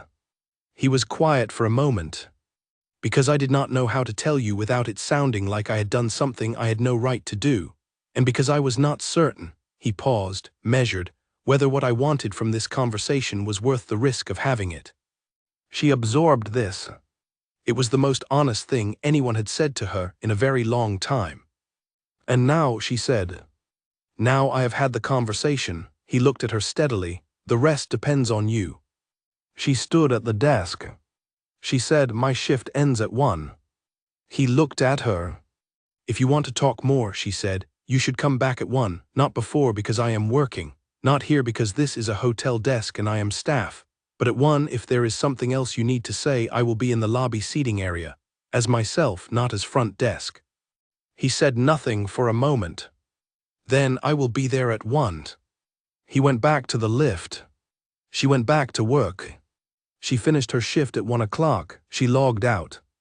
She went to the seating area of the lobby, the quiet cluster of low chairs near the entrance that were for guests but were also simply a comfortable place to sit, and she sat in one of them, and she was, for the first time all evening, not doing anything at all. He came at 1 o'clock exactly. He sat down in the chair across from her, not the adjacent one, not the closest, the one across, and the distance was deliberate and appropriate and comfortable, and she thought, "This is a man who is careful." "Tell me something true," she said. It was the kind of thing she would not normally say to anyone, let alone a guest, let alone this particular guest, but at 1 in the morning after an evening like this one she was done with the careful approach. He looked at her. "I asked Gerald if you would be here tonight because I have been thinking about you since I left 3 weeks ago." He said it simply, the way he said everything, without dress or decoration. "That is true." She let that sit. "Tell me something true," he said back to her. She thought about what was true. "I am angry," she said, "and I am also," she stopped. He waited. "I am also glad you told me," she finished. It was not everything, but it was the truest thing she could give him at 1 in the morning in a hotel lobby in Lagos, sitting in chairs with the right amount of space between them. He looked at her. "That is enough for tonight," he said. "Yes," she agreed. They sat for a little while longer, which is a thing two people do when the conversation has found a point to rest, and neither of them wants to be the first to stand. Then she stood, because her car was coming, and he stood because he was a man with good manners, and they said good night in the lobby the way two people say good night when what they are actually doing is deciding whether there will be a next time. She went home. She called the car and sat in the back, and this time she did not look out the window. She looked at her own hands and thought about what it meant to want the right thing from the right person and spend 3 weeks carrying the right feeling with the wrong name on it. She was still angry. She was going to be angry about it for a while. But underneath the anger, quietly and without asking permission, she was glad. She told Bissy the next morning. Not everything, enough. She told it at the desk during the quiet stretch between 8 and 9 when the lobby was calm and the first wave of checkouts had not yet begun. And she kept her voice steady and professional the way she kept everything steady and professional, but she told the truth of it. The corridor, the mistake, the 3 weeks, what he had told her at the desk, what they had said to each other at 1 in the morning in the lobby chairs. Bissy listened to all of it without interrupting, which was unusual for Bissy. When it was done, she said, 3 weeks. Yes. He knew for 3 weeks that you did not know his name. He did not know I thought he was Emeka. He knew I had not learned which brother I was speaking to. That is the same thing. It is slightly different. Adiz, you spent 3 weeks. Bissy stopped, recalibrated, started again. You spent 3 weeks caring about something that was built on wrong information, and the person who had the correct information did not give it to you. He gave it to me last night. 3 weeks later. Yes. Bissy was quiet for a moment. Are you making excuses for him? She thought about this honestly. I don't think so. I am trying to understand what happened. Those are different things. Are you sure? No, she admitted. Bissy turned back to her screen with the particular energy of someone who has said what they needed to say, and is now allowing the other person to work with it. This was, Adiz thought, the right approach. Bissy was good at this more often than she was given credit for. The morning was busy in the way of hotel mornings after events, checkout coordination, post-event billing, the quiet reset that the hotel performed after every large function, returning to its regular rhythm like a person returning to normal breathing after exertion. Adiz managed the front desk side of it with the focus that large mornings required. She did not think about the lobby chairs at 1 in the morning. She did not think about whether he had slept or what he was doing, or when Gerald would bring a checkout time. She was professional. Gerald brought the checkout time at 11:15. 2 o'clock, he said. Mr. Okafor has a meeting this morning in the hotel, and then he is leaving for Abuja. I will prepare the checkout. He said to tell you. Gerald paused for a count of 2 seconds, which was unusual for Gerald. He said to tell you that the lobby seating arrangement is very comfortable. She looked at Gerald. Gerald looked at her with the carefully maintained non-expression of a man who knew exactly what he was doing. Thank you, Gerald, she said. Of course. He left. Bissy turned from her screen very slowly. The lobby seating arrangement, she said. He is a guest. Feedback about the facility is common. Adiz. What? Bissy looked at her for a long time. Nothing, she said. Never mind. The morning continued. At 12:30, Adiz took her break and sat in the staff room and allowed herself, for the length of a lunch that she did not eat very much of, to think about what she actually felt. What she felt was layered in a way that made it difficult to examine cleanly. The top layer was anger, and it was real. He had known something important for 3 weeks and had held it, and that holding had shaped the last 3 weeks of her life in ways that she had not understood because she had not been given the correct information. She was a person who operated on correct information. She had organized her entire adult life around correct information. The idea that she had been managing her feelings about the wrong person, or rather, the right person with the wrong name, was something she had to sit with in a way that was uncomfortable and ongoing. Beneath the anger was something more complicated, the recognition that the feeling itself had been real. She had spent 3 weeks arguing with herself about a kiss and a corridor and a man who said her name without hesitation, and the feeling had been genuine even when the name attached to it was wrong. The feeling did not belong to Emeka. It had never belonged to Emeka, who did not remember her name when she was standing in front of him. The feeling had been, from the beginning, in the right direction. That did not make everything simple.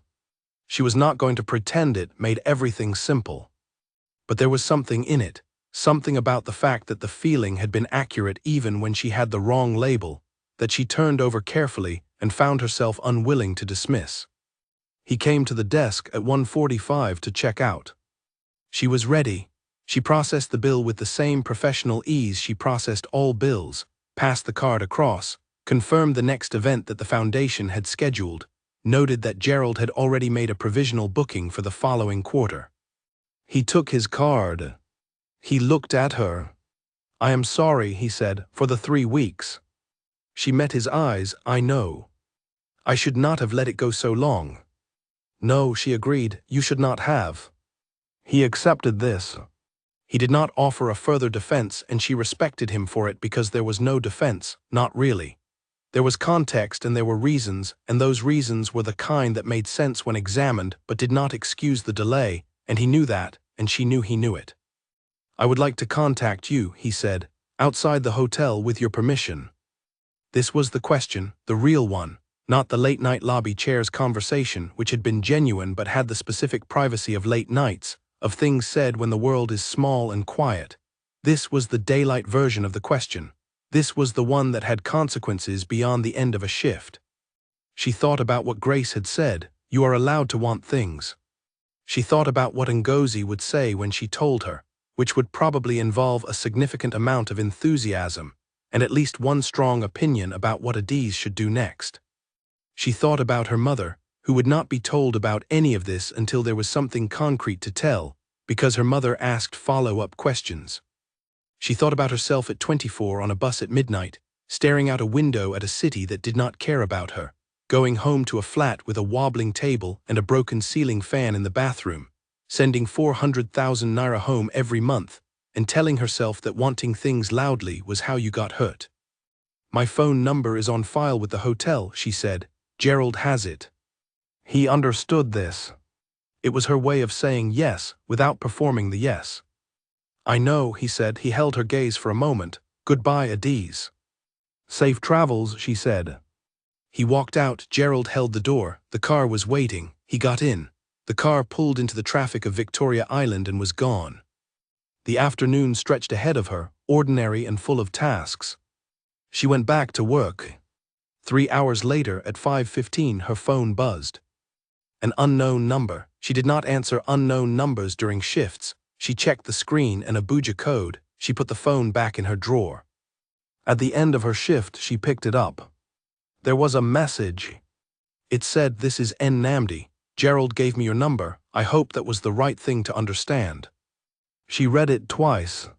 She stood in the staff room with her coat and her bag and the end of a very long day, and the message was on her phone, and the question it was asking, was this right? Did I read you correctly? Was so careful and so unassuming for a man with no apparent reason to be careful or unassuming, that she felt something she did not have a clean name for move through her. She typed yes, it was the right thing to understand. She sent it. She put her phone in her bag. She went home. On the bus she sat by the window and the city moved past her in the usual way, indifferent and enormous and alive, and the bus smelled like engine and rain, and the particular end-of-day exhaustion of a million people going home, and she sat in the middle of all of it with her hands in her lap and her face still, and something in her chest that was neither anger nor its opposite but something new and not yet named. Grace was in the kitchen when she got home.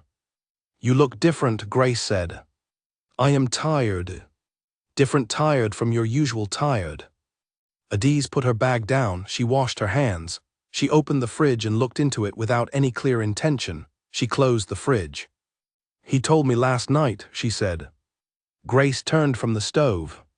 "Told you what?" "The thing I was not telling you about. He told me last night what I needed to know." She paused. "And then he left this afternoon, and he texted from Abuja." Grace looked at her. "And I texted back," Adiz said. Grace turned back to the stove. After a moment she said, "Do you want to eat something before you tell me the whole story or after?" "Before," Adiz said. "I need to eat something first." "Sit down," Grace said. "I made jollof rice." Adiz sat at the table with the wobbling leg and Grace put a plate in front of her, and it smelled good and ordinary and real, and she ate, and after a while she told Grace the whole story. All of it. From the beginning. Grace listened the way Grace listened, completely, without visible judgment, asking the kind of questions that clarified rather than redirected. When Adiz finished, Grace sat back in her chair and looked at the ceiling for a moment. "He knew for 3 weeks," Grace said finally. "Yes, and you said you were glad he told you." "Yes, and he texted from Abuja. Within 3 hours of leaving." Grace looked at the ceiling a while longer. Then, "All right, let me ask you something important." "Go ahead." "Forget the last month. Forget the corridor and the wrong name and the 3 weeks. Forget all of it. Just the man himself, who he is when he is in front of you. What do you think?" Adiz ate a forkful of rice. She thought about it seriously. "He is quiet," she said. "Not in the way of a person who has nothing to say, in the way of a person who does not speak until he means it." She paused. "When he says something, I believe him, not because of who he is or what he has, because of how he says it. That is a specific kind of trust." "Yes, you do not give that easily." "No." Grace nodded slowly. "And the feeling, not the name you had for it, not who you thought it was about, just the feeling, is it still there?" Adiz set her fork down. She was quiet for a moment with the question, and in that moment she was honest with herself in the way she could only be honest in the particular privacy of a kitchen with a wobbling table and someone who knew her since she was 21. "Yes," she said. "Then I think you already know what you are going to do," Grace said. Adiz picked her fork back up. "I think I do too." They ate in the quiet of the kitchen, the fan turning above them, the city outside making its usual sounds, and Adiz felt for the first time in a month that she was in the right room with the right information. The messages continued. Not constantly, not in the overwhelming way of someone trying to be impressive. He wrote the way he spoke, directly, without decoration, at intervals that felt like choices rather than habits. 3 days after the charity evening, an article about the hospitality industry that he said had made him think of a particular point she had made about guest experience during one of their corridor conversations. He had remembered a specific point from a specific conversation. She read the article. She wrote back with her thoughts on one section that she disagreed with. He responded with a counterargument. They had, over the course of 2 evenings and a lunch break, a thorough disagreement about the role of staff autonomy in high-end hotels, during which she told him he was wrong about something twice, and he told her she was right about one of those things and not about the other, and she found herself laughing at her phone in the staff room in a way that earned her a long look from the kitchen porter. 5 days after that, a photograph. He was somewhere with a lot of open sky and red earth and what appeared to be a construction site. He wrote, one of the school builds. Going up faster than we expected. She looked at the photograph for a while. She wrote, when does it open? He said, October if the rains cooperate. She said, they never cooperate. He said, no, but you build anyway. She saved that exchange to her phone in a folder that she did not label. The anger did not disappear entirely. She expected it to fade the way anger does when addressed, going from sharp to dull and then to nothing, but it sat differently, not as a pain but as a weight that reminded her it was there when she moved in certain directions. She was honest about this with him one evening when he asked how she was. Still working through the 3 weeks, she said. I know, he wrote back. You do not have to stop being angry about it. I do not need your permission to feel things. A pause, then, no, you do not, that was badly put. Better, she said. I am trying to say that I am not asking you to move past it on a schedule that suits me. That would be the wrong way round. She considered this. Yes, she wrote, that is what it would be. Another pause, then, I am learning your way of communicating. My way. You are precise, you do not soften things that do not need softening. I am trying to match that. She looked at her phone in the dim light of her room and felt something move in her that she was not entirely ready to examine. You are doing reasonably well, she wrote. High praise, he wrote back. She smiled. She put the phone down and looked at the ceiling fan, and the ceiling fan circled, and the city made its sounds, and she thought, this is what it feels like to be in the middle of a thing rather than at the managed distance she usually kept from feelings that did not fit into neat professional categories. It was uncomfortable. It was also, she thought, approximately right. 2 weeks after the charity evening, Bissy found her at the concierge desk at 9 in the morning looking at her phone, with an expression that she had not managed to organize back into its usual professional neutrality fast enough. Who is that? Bissy said. No one, Adiz said. She put the phone in her pocket. That was not a no one face. I do not have faces for people. Bissy sat on the edge of the desk. Adiz. You are a person who has been working the same hotel desk for 3 years, and I have watched your face do approximately 4 expressions in that time. The one you just had was not one of the 4. Adiz kept her eyes on the concierge folder. He sends me things to read sometimes. Things, articles, a photograph of a school being built, a disagreement about hotel service models. Bissy was quiet for a moment. You are disagreeing with him. About some things. And he is not. He tells me when I am right and when I am not. He does not tell me I am right when I am not. Bissy looked at her with something that might have been wonder. You are falling for him, she said. Adiz closed the concierge folder. I am being careful. That is not the same as not falling. She thought about this. No, she said, it is not. Bissy slid off the desk. Good, she said, with the simple certainty of someone who had been watching and waiting and was satisfied with what she was seeing. It is about time you let something difficult happen to you. Adiz looked at her. Thank you for that. I mean it as a compliment. I know, it did not entirely feel like one. The best ones never do, Bissy said, and went back to her screen. The weeks moved, the messages continued. She woke up in the mornings and took the bus to the island and worked her shifts and took the bus home, and sometimes there was a message in the evening, and sometimes there was not, and the difference between the evenings when there was and the evenings when there was not was small and real, and she was done pretending it was not. She was falling, carefully, with both eyes open, with the anger still present and the correction not entirely absorbed, and the history of a person who had learned very young that wanting things loudly was how you got hurt. But falling. It was the most honest thing she had felt in a long time. He called for the first time on a Wednesday evening. He had not called before this. The messages had existed in their own category, things with time to be considered before responding, things that could be thought about and answered at whatever pace the thinking required. A phone call was different. A phone call was real time. A phone call required the voice she actually had rather than the voice she chose when writing. She was in her room, lying on her bed reading, when the phone buzzed with his name. She stared at it for 2 seconds, then she picked up. "Hello," she said. "Hello, Adiz," a pause. "I hope this is not an inconvenient time." "No, it is fine." His voice on the phone was different from his voice in person. Not fundamentally different, but stripped of the visual context. The hotel desk, the corridor, the lobby chairs at 1 in the morning. It was more present somehow, as though without the surrounding space the voice itself occupied more room.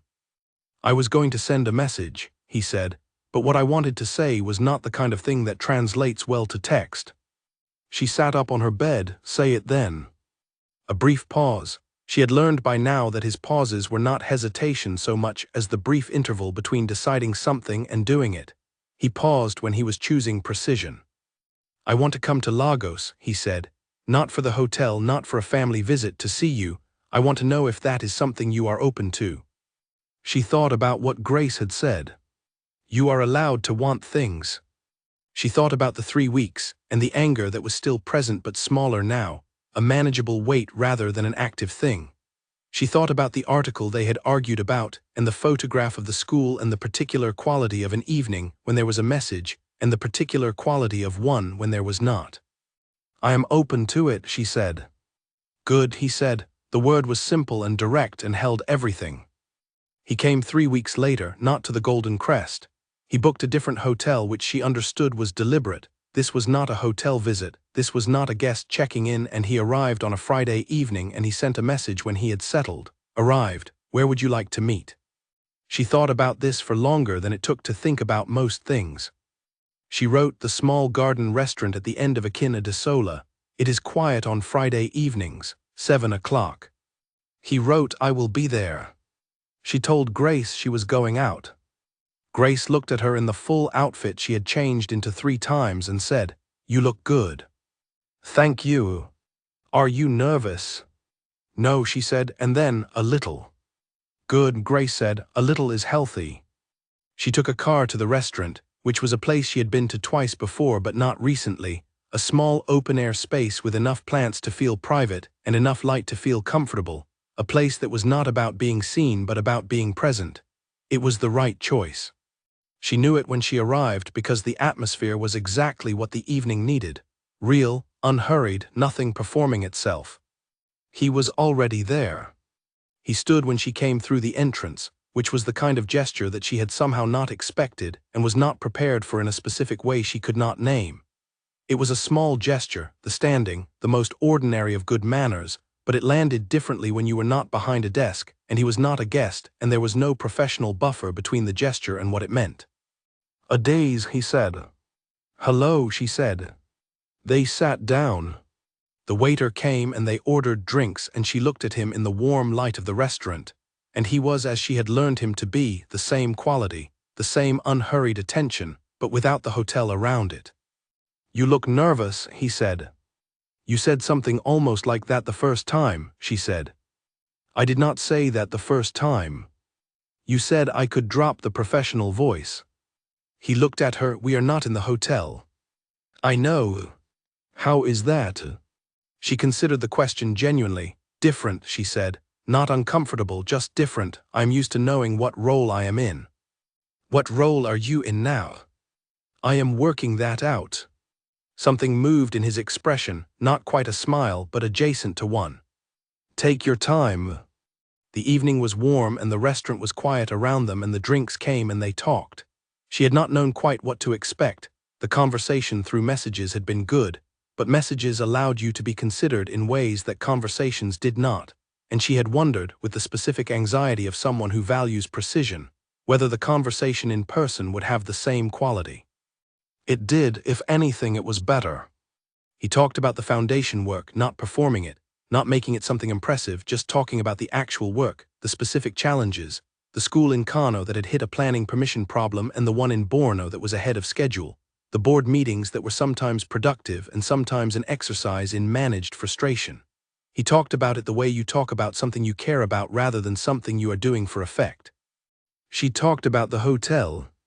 She had not expected to talk about the hotel much, thinking perhaps that it was too much the place where she was his employee, but it came up naturally, and he listened the way she was learning. He listened to everything completely, and with the specific intelligence of someone who was genuinely interested in how other people's work actually operated.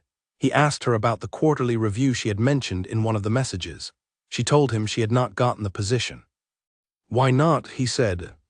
"The manager said I was ready for it, but they had promoted internally, and the other candidate had seniority." "And you agreed with that assessment?" "Of the seniority, yes. Of being ready also, yes." "What will you do?" She looked at him. "The same thing I do with everything. Wait for the next opportunity and be ready for it." He looked at her for a moment. "You are very patient," he said. "I am practical. It is not always the same thing, but in this case it is." "In most cases," he said, "you have been more patient than you needed to be." She understood what he was saying. She let it land. "That is fair," she said. He looked at her across the table in the warm garden light. "I want to say something." "Then say it."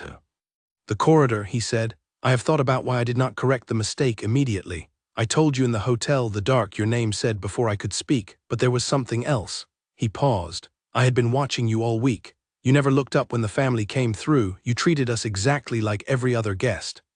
I found it," he paused again, "extraordinary." She looked at him. "I was doing my job." "I know, that was what was extraordinary." He looked at the garden around them. "I am surrounded by people who behave differently in my presence, who become something slightly unreal when they know what the name means. You behaved exactly the same. Because you were a guest." "Yes, but also because you are who you are." He met her eyes. "When you came around that corner in the corridor, I knew you did not know who I was, and I kissed you before you could know. That was wrong. But it was also the only time in recent memory that someone looked at me without knowing what they were looking at." He paused. "I did not want to give that up yet." She sat with this. It was honest. It was the kind of honest that could be an excuse but was not quite that, because the self-awareness in it was too clear for an excuse. It was a man explaining a real thing about himself, including the part of it that was not good, and handing it to her to do what she wanted with. "It is still something you should have corrected," she said. "Yes. A week is too long. 3 weeks is much too long." "Yes. I am saying this so that it is said and settled." "I understand." She looked at him. "All right," she said. "It is said and settled." He looked at her. "That is generous of you." "It is practical," she said. "I do not want to keep carrying it. The carrying takes energy I could use for other things." He was quiet for a moment. Then he said, "What other things?" She looked at him across the table in the garden restaurant. This man who was not who she had thought he was, and who was, in every way that had accumulated since the corridor, someone worth sitting across a table from in the warm evening light of a Friday in Lagos. "I am working that out," she said. He smiled. An actual smile, not the managed not quite smile that was his usual expression, but a full smile, unhurried and genuine, and it changed his face in a way that did something to her she was going to have to examine at a later time. "Take your time," he said. They sat until the restaurant began to wind down, which was well past 10. He walked her to her car, not to the car. He waited with her until the driver pulled up, which was again the small, precise gesture, the standing, the being present without performing it. At the car door she turned. "Next time," she said, "you are choosing." He looked at her. "The place," she said, "you choose. I chose tonight." "All right," he said. "And I will have opinions about it." "I know," he said, with the tone of a man who was not troubled by this at all. She got in the car. He stepped back. The car pulled away. She did not look back through the window. She looked forward. She was smiling. She let herself smile. She let herself want the next time. This, she thought, as the city moved past the window and the Friday night of Lagos hummed around her, was what it felt like to stop being careful about the wrong things. She texted Grace, "Home in 20 minutes." Grace texted back, "How was it?" She thought about the garden and the warm light, and the way he had stood when she arrived, and the actual smile, and the fact that she had said next time and he had said all right. She typed, "Good, really good." Grace sent back a response that was mostly enthusiasm, and Adiz laughed at her phone in the back of the car, and the driver glanced in the mirror at the sound, and she did not explain herself, and she did not need to. He chose a place the following month. He had told her what city first, Abuja. She had not been to Abuja in 4 years, not since her program graduation, and she told him this, and he said, "Then I will show you the parts of it that matter." She had taken a long weekend, her first in several months. Her manager had noted with mild reproach that she had accumulated more leave than was practical, and Adiz had said she would use it when she had somewhere to use it for. She had somewhere. She told her mother she was visiting a friend in Abuja. This was not a lie exactly. It was a version of the truth arranged to avoid the follow-up questions her mother would have about a man, specifically a man with that name, because her mother watched the news and read the papers, and the Akafar name was not invisible even in Enugu. She would tell her mother when there was something to tell. There was not yet something to tell. There was a garden restaurant and phone calls and messages, and a second dinner she was about to have, and that was all, and it was also more than enough for now. The flight to Abuja was an hour. She took a window seat and looked at the clouds and thought about the fact that she was flying to Abuja to have dinner with Nnamdi Akafar, which was a sentence her 21-year-old self arriving in Lagos with one bag and a number for a hostel would not have been able to construct. Life, she thought, was strange in specific and occasionally wonderful ways. He met her at the airport. Not the car without the man, the way people with that kind of schedule usually sent a car. He was there himself, in a slightly different dark jacket, standing near the exit with his phone, and the particular quality of stillness she had come to associate with him. The person who does not check their watch because they are simply there until the thing they are waiting for arrives. She was glad she had worn the green dress. She had argued with herself about the green dress for 20 minutes in her room before packing it. "You came yourself," she said. "You are in my city," he said, as though this explained it entirely, which she supposed it did. He showed her Abuja. Not the government buildings, not the monuments, not the things on the tourist information page. He showed her the places that were his, the small breakfast place near the old city where the bread was made in the morning and was gone by 9, the evening market that no map would take you to but that sold things you could not find anywhere else, the stretch of road that ran along the ridge above the city where you could see the whole of it at dusk, spread out below with its ordered layout and its lights coming on. Beautiful in the specific way of things that have been deliberately planned rather than gradually accumulated. He showed her the foundation office, not as a formal thing, not a tour. He was picking something up from his desk, and she came with him, and she stood in the small conference room while he found what he needed, and she looked at the pinboard on the wall which had photographs and maps and notes in several different hands, and she asked about one of the photographs, a group of children outside a half-built building, all of them looking directly at the camera. And he came and stood beside her, and told her about the school and the children and the specific teacher, whose determination had brought the project to this particular moment. He spoke about it the way she had heard people speak about things that were not separate from who they were but were simply part of it. She thought, this is the same man who said nothing for a week in a hotel while she thought she was managing her feelings about his brother. The same man who had kissed her in a corridor without saying his name. The same man who had been, by his own account, sitting in a suite for a week watching a front desk employee be excellent at her job and finding it extraordinary. People were complicated, she had always known this. She was herself a complicated person who presented as simple because simplicity was the most useful surface to offer the world. She recognized the structure. She did not say any of this. She asked about the school instead, and he told her, and they stood in the conference room looking at the pinboard, while the office around them was quiet, and it was one of the most comfortable silences she had been in since she could remember. Dinner was at a restaurant in Maitama that he had chosen with the care of someone who had listened to everything she said about food in the past 2 months of messages and calls. She noticed this. She noticed that the menu had the specific things she had mentioned without knowing they were being catalogued. The groundnut soup she had said her mother made better than any restaurant she had tried. the fish preparation she had described from her childhood in Enugu, the things that were not impressive cuisine, but were the food of someone who paid attention to what she actually wanted. "You remembered," she said. "You told me," he said. "It would be strange not to." She looked at him across the table. "Most people do not." "Then most people are not paying attention." She looked at this man who paid attention. She thought about the corner of the East Corridor in a hotel on Victoria Island, and the dim light, and her socks, and a 2-second kiss that had rearranged the shape of several months. She thought about the anger that had been real and was now small, and she thought about the fact that the feeling had been right even when the name was wrong. "I have something to tell you," she said. He looked at her with his usual attention. "I'm not angry anymore," she said. "About the 3 weeks, I want you to know that. Not because I am giving you a gift or because I have decided not to think about it. I mean, it is done. It is something that happened, and I understand why it happened, and the understanding is enough for me to set it down." He was quiet for a moment. "Thank you," he said. "I am not doing it for you," she said. "I am doing it for myself. I told you the carrying takes energy."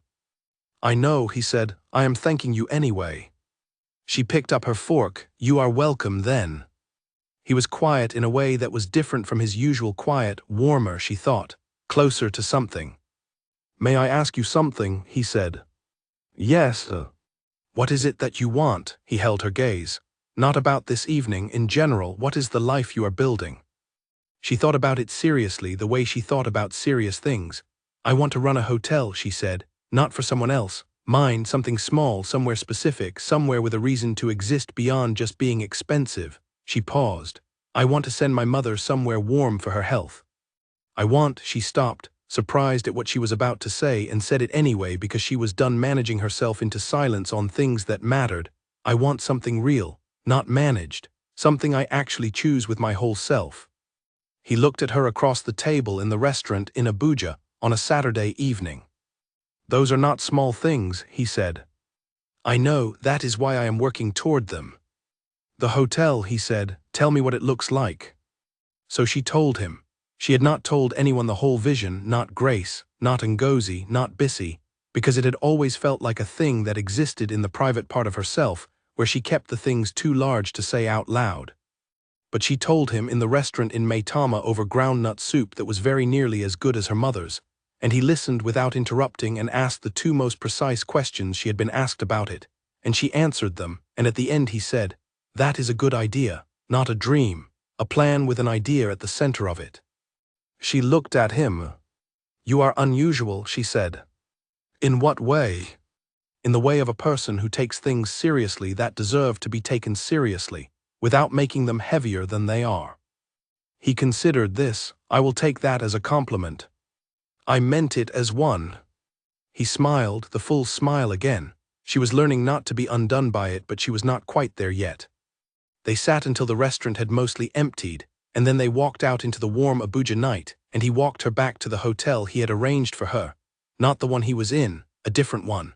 And they walked slowly because neither of them was in a hurry, and the city was beautiful in the dark, and she was in Abuja with a man who had remembered what she said about groundnut soup. At the hotel entrance she turned. He was looking at her. She had learned to read his looks by now, the different weights of them. This one was the look she had seen in the corridor, the one that was not performance or assessment but something closer to attention in its most real form. "Thank you for coming," he said. "Thank you for showing me the city. Next time I will take you to the market in the morning. They have something there you would like." Next time she noticed how easily it came from him, how certain, how quiet. "All right," she said. He stood at the entrance until she had gone through the door, which was the standing again, the being present until a thing is done. She did not look back. She went up to her room and she sat on the bed for a moment and she called Ngozi. "I am in Abuja," she said. "I know," Ngozi said. "You told me. How is it?" "Ngozi," she said, "I think this is real." A pause. "Tell me everything," Ngozi said. She told her. The complications arrived the way complications usually arrive. Not dramatically, not with warning, but quietly, and from a direction she had not been watching. It was Bissy who brought it to her attention, not unkindly. Bissy was rarely unkind, She was just honest in ways that did not always wait for the right moment because she had decided long ago that the right moment rarely arrived on its own. Someone spoke to the hotel manager, Bissy said, one Wednesday morning in October. Adiz looked up from the booking system. About what? About a front desk employee having a personal relationship with a guest. The lobby was quiet around them. The morning light came through the main entrance in long flat rectangles. Adiz kept her face the way she kept her face. What did the manager say? She said. That it was not against policy as long as it did not affect the standard of service. That is what he said to the person who raised it. Bissy paused. What he said to me was that you are his most professional employee and he would not address it unless there was a reason to. Who raised it? Bissy was quiet for a moment. Gerald. No, Gerald is loyal to his employer, not to the hotel. Bissy looked at her screen. Someone on the evening team. I do not know who specifically, but word moves in hotels. Adiz said nothing. She had known this was a possibility. She had known it in the abstract way of someone who understands risks but has decided to carry them anyway. She had not known how it would feel when it arrived. Now she was finding out. It felt less frightening than she had expected. I will speak to the manager myself, she said. Bissy looked at her. You do not have to. I will not have my professional record managed by someone else's conversation about me. I will have the conversation myself. She spoke to the manager at noon. She sat in his office and she was direct and clear in the way she was direct and clear about everything. She was seeing someone who had previously been a hotel guest. It had begun after his first stay in the interval between visits. It did not affect her work. She would recuse herself from coordinating his suite on future visits. She had in fact already arranged this with the duty roster. The manager listened. He said she was one of his most valued employees, and he trusted her judgment and her professionalism, and he had no action to take. She thanked him and went back to the desk. Well, Bissy said. Handled, Adiz said. Good, Bissy went back to her screen. I did not think it would be otherwise, but still. Still, Adiz agreed. She told Namdi that evening. She had made a decision early in this thing between them that she would not manage the information she gave him, that if she wanted honesty from him, she was going to provide it in return, even about things she might prefer to handle quietly. She told him the whole conversation, the report to the manager, the mating, the outcome. He was silent for a moment. I am sorry, he said. That put you in a difficult position. It was a manageable position. I managed it. Still, Namdi, she used his name deliberately, which she did not always do. I am not telling you because I want you to fix it. I am telling you because you should know. I understand. A pause. Is there anything you want me to do? No, I want you to know, that is all. Then I know, he said, and I am glad you told me. I am not finished, she said. All right. I need you to understand something about what I am not prepared to do. She was sitting in her room at the kitchen table with a glass of water in front of her, and her voice was steady. I will not manage a relationship like it is something to be ashamed of. If what we are doing is real, then I am not going to make it small in order to make it easier for other people. I agree, he said. I am also not going to perform it. No announcements, no showing, but no hiding either. I agree completely, he said. I have not wanted to hide it. That has always been your decision. She thought about this. Yes, she said, it has. And what are you deciding? She looked at the glass of water. She looked at her own hands around it. I am deciding not to hide, she said. A pause. Good, he said. The weeks after that had a different quality. Not louder, not more visible, but settled. The way things settle when a decision has been made, and the making of it was the uncertain part. She told her mother. This was not a small thing.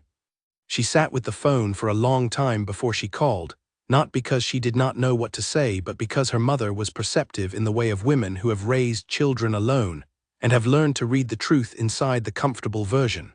She would hear everything in the call. She called on a Sunday morning. Her mother listened to the whole thing, the hotel, the guest, the corridor mistake, the correction, the month since. She listened without interrupting, which was a sign that she was paying very close attention. When it was done, she said, "Is he good to you?" Not who is his family, not what does he have. Her mother had been asked what a man had, and had found the answer insufficient, and had spent 11 years after that finding out exactly what she was worth on her own. She was not going to ask her daughter about what a man had. Yes, Adiz said, he is. Does he see you? He sees me very clearly, she said, and then, because her mother deserved the full honesty, sometimes more clearly than is comfortable. Her mother laughed, the warm, knowing laugh that was one of the things Adiz missed most about not living in the same city. That is the one to keep, her mother said. The comfortable ones are comfortable for a reason. Yes, she said, I know. Bring him to meet me, her mother said.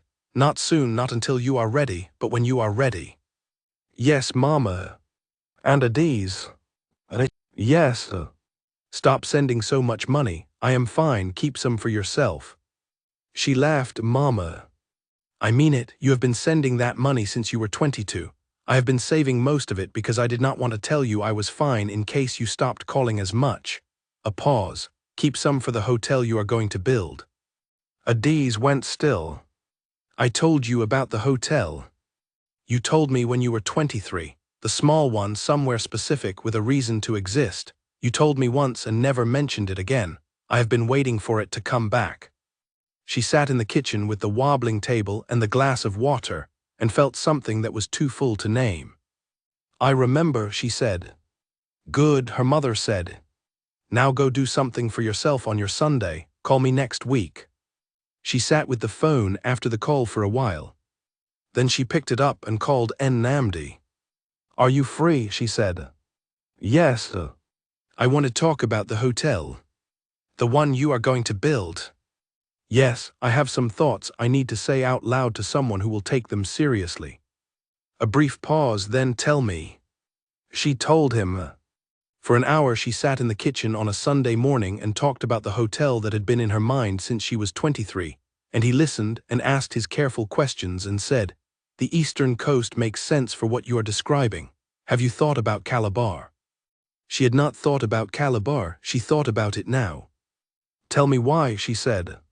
He told her about the climate, about the tourism infrastructure, about the proximity to the forest that would make it the specific kind of place she was describing, somewhere with a reason rather than just somewhere expensive. He knew these things because he had built things in that region, and he knew the landscape in the way of someone who had spent time in it rather than looked at it on a map. She made notes on a piece of paper. She had not opened her notebook to write things down for herself in months. She wrote 4 pages. At the end he said, This is a serious plan. I know it is. Do you have the financing worked out? Not yet, I have the bones of it. When you are ready to work on the bones, tell me. I know people who know how to do this. I am not saying I will put it together for you, you would not want that. I would not. But the knowledge of how it is done, I can give you access to that. She thought about this. Yes, she said, when I am ready, not before. I know, you will tell me when. I will tell you when, she agreed. They stayed on the phone a while longer past the hotel discussion, into the easy wandering that long calls sometimes became when 2 people had stopped managing the conversation and were simply in it. He asked about Grace. She asked about one of the foundation projects he had mentioned a month ago. He told her the school in Kano had resolved its planning issue. She said she was glad. He said he would send her a photograph when the roof was done. At some point she realized they had been talking for 2 hours. I should let you go, she said. You are not keeping me. It is Sunday. Yes, I am aware. Do you not have things to do on Sunday? Nothing that matters more than this, he said. She sat at the kitchen table in the Sunday quiet, Grace's bedroom door closed, the street outside doing its gentle Sunday morning things, and she held the phone and felt the full weight of someone telling her that nothing on Sunday mattered more than talking to her, and she let herself hold it without immediately finding a practical thing to say about it. All right, she said, stay then. And he stayed. And she stayed. And they talked for another hour about nothing in particular and everything that mattered, and outside the morning turned into afternoon, and the city did what cities do, and Adiz sat in her kitchen with the wobbling table and the glass of water that was now warm and let herself be, fully and without management, exactly where she was. The complications did not stop there. She had understood, abstractly, that being in a relationship with someone like Nnamdi Okafor would involve a set of realities she had not previously encountered. She had understood this the way you understand anything before it is in front of you, as a concept rather than a lived thing. November brought the first real test of it. He was at an event in Lagos, a business dinner, the sort of gathering that was covered by the gossip and society pages alongside the financial press, the place where business and visibility overlapped. He had not asked her to come. She had not expected to be asked. These events were his professional life and she had her own professional life, and they had not yet mapped the place where those two things intersected. She found out about it from her phone, not from him, from a website that covered Lagos society events, which Bissy had sent her with the kind of careful neutrality that meant she was watching to see how Adiz responded. There was a photograph of the event. It was taken as he was arriving. He was in a dark formal suit, looking directly ahead, not at the camera. Beside him, very slightly behind him, was a woman in an ivory dress who was standing close enough to appear connected to his group. Adiz looked at the photograph for a long time. The caption below named him and described the woman as a close family friend and longtime associate. She put the phone down. She made tea. She drank it standing at the window. She thought about the photograph and the woman in ivory and what close family friend meant or did not mean, and the fact that she had not been told about this particular event or this particular person. She thought about whether she was entitled to be told. She was, she concluded, entitled to ask. She called him. He picked up on the second ring. "There is an event," she said, "tonight. I saw it on a page that covers these things." "Yes," he said. "There is a woman in the photograph." "Yes." "A family friend." "Yes." She waited. He said, "Her name is Chisom Ez. She is the daughter of one of my father's oldest colleagues. We have known each other since we were children. There has never been anything other than what the caption says." She absorbed this. "That is what I needed to know," she said. "I should have mentioned the event," he said. "Yes, you should have. Not because you need to know my schedule, but because you should not find out about my life from a website." "Exactly," she said. A pause. "I am sorry," he said. "I know," she paused. "Tell me about these things in future, the events, the people, not because I will interrogate them. Because I should not find out from outside." "I will," he said. "Thank you." "Adiz." "What?" "Are you all right?" She thought about the photograph and the woman in ivory and the hour she had spent between seeing it and calling him, during which she had felt the particular combination of anxiety and anger that comes from not knowing whether you have reason to feel either. "I am better now," she said. "That is honest." "That is enough," he said. After the call, she sat with the conversation and examined it the way she examined most things, honestly, without mercy for herself or for him. She had asked directly, he had answered directly, he had acknowledged what he should have done differently, she had said what she needed, he had agreed to do it. This was what she had said she wanted, not a relationship built on managed impressions, but something real where the difficult things could be said. Saying the difficult things was, she found, difficult. That was why they were called difficult things. She called Grace into the kitchen and told her about it. Not because she needed advice, but because saying it out loud helped her understand what she thought. Grace listened and then said, "Did you believe him?" "Yes." Then I am working through the part where I felt the fear before I asked him and found out it was not necessary." "That part does not really get easier," Grace said. "You just get faster at going through it." Adiz considered this. "That is not very reassuring." "No," Grace agreed. "But it is true." She texted Ngozi a summary of the evening. Ngozi called within 10 minutes, which was within her usual 40-minute window but earlier than average. "You called him," Ngozi said. "Yes." "You did not sit with it for a week." "No. That is not like you." "I know." Adiz was in her room now, lying on her bed looking at the ceiling fan. "I have been working on that. On not sitting with it for a week. On not managing the feeling before I let myself have it. on going directly to the conversation. Ngozi was quiet for a moment, then, in a very different voice than her usual one, Adiz. What? I have known you for 8 years. I know. You have never done that, gone directly to the conversation. You have always processed it first. Made sure the feeling was organized before anyone else saw it. I know, she said again. What changed? She looked at the ceiling fan. She thought about this honestly. He told me I could, she said. Not with words, he just receives the difficult things. He does not make them smaller. He does not make me feel like the having of them is a problem. She paused. So I bring them. Ngozi was quiet on the other end of the line. Ngozi. I am here, I am just a pause. I am glad, Ngozi said. I am really glad. Thank you. When do I meet him? When I am ready. You keep saying that. Because it keeps being true.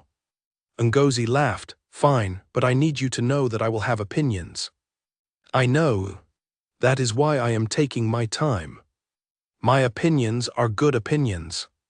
I know that too. The evening settled around her, the city quieting into its night sounds, the ceiling fan circling its slow circles, the conversations of the day folding themselves into something she could carry. She was going to meet his world eventually.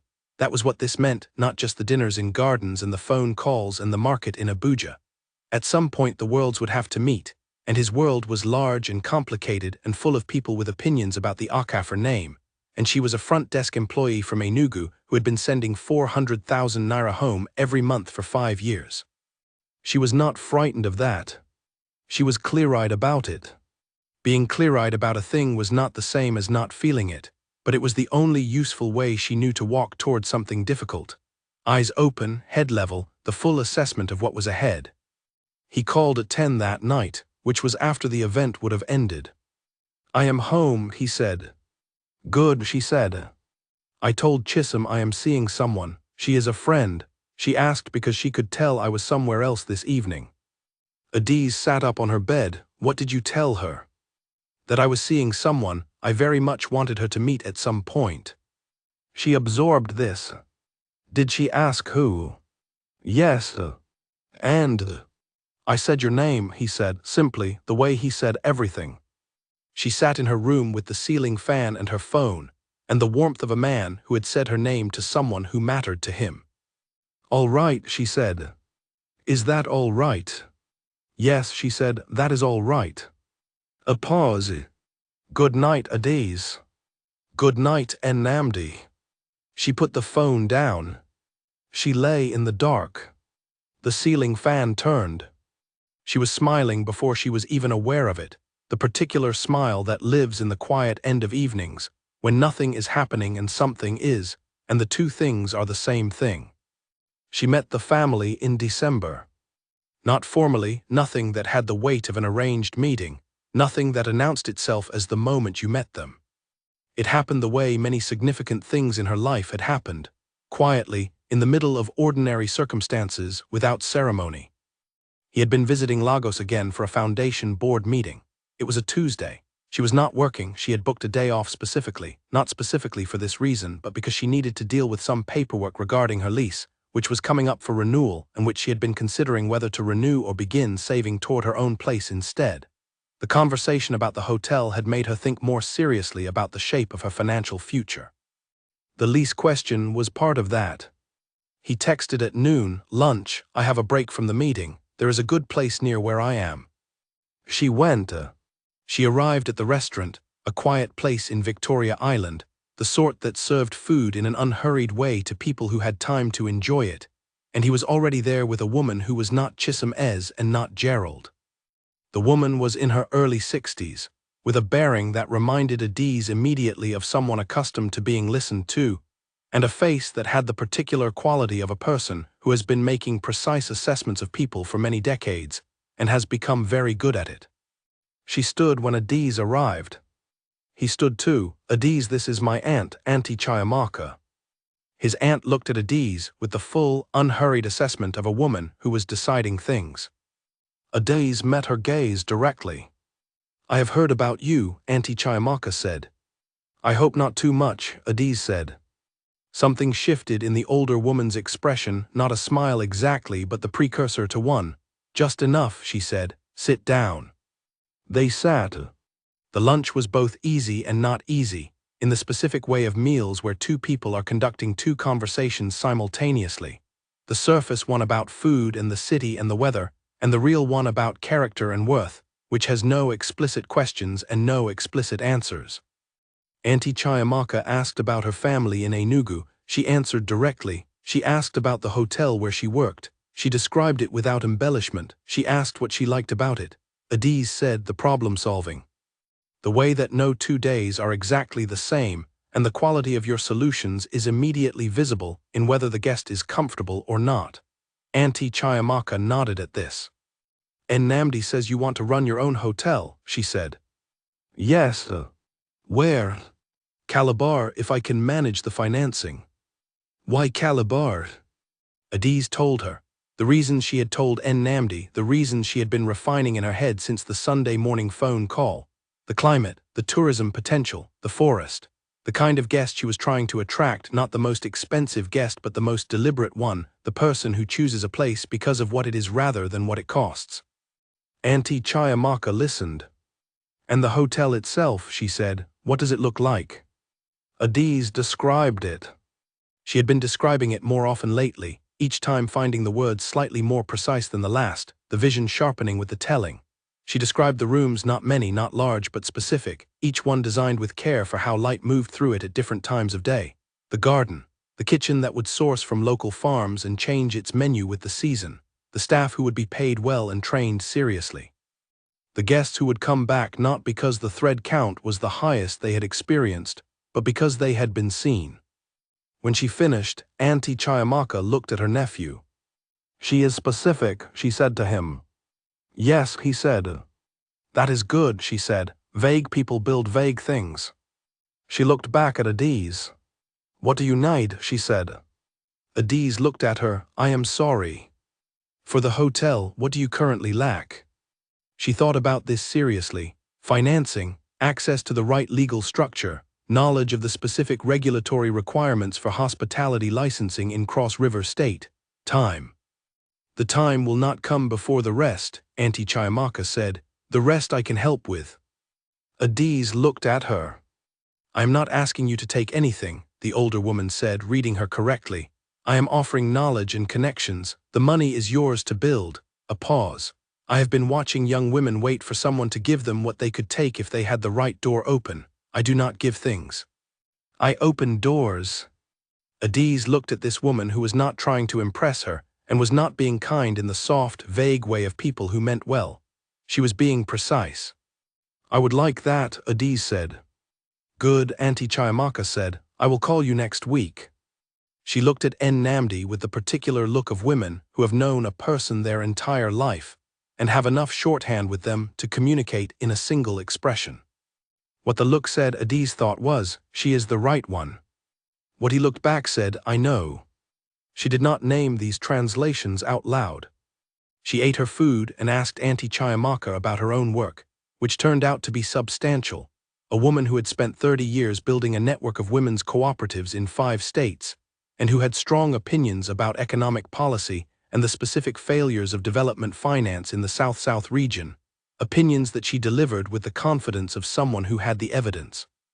Adiz listened and pushed back once on a point about supply chain where she had read something that contradicted what the older woman was saying.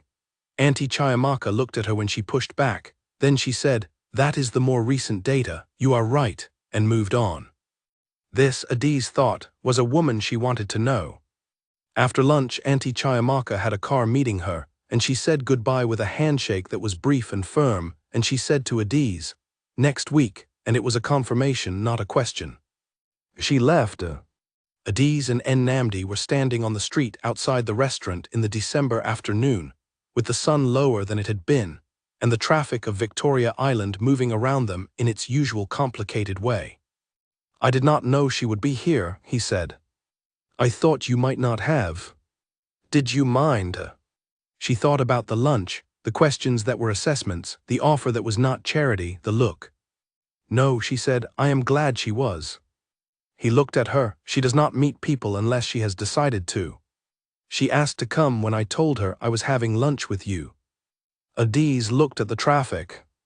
Nnamdi, she said. Yes. What are we doing?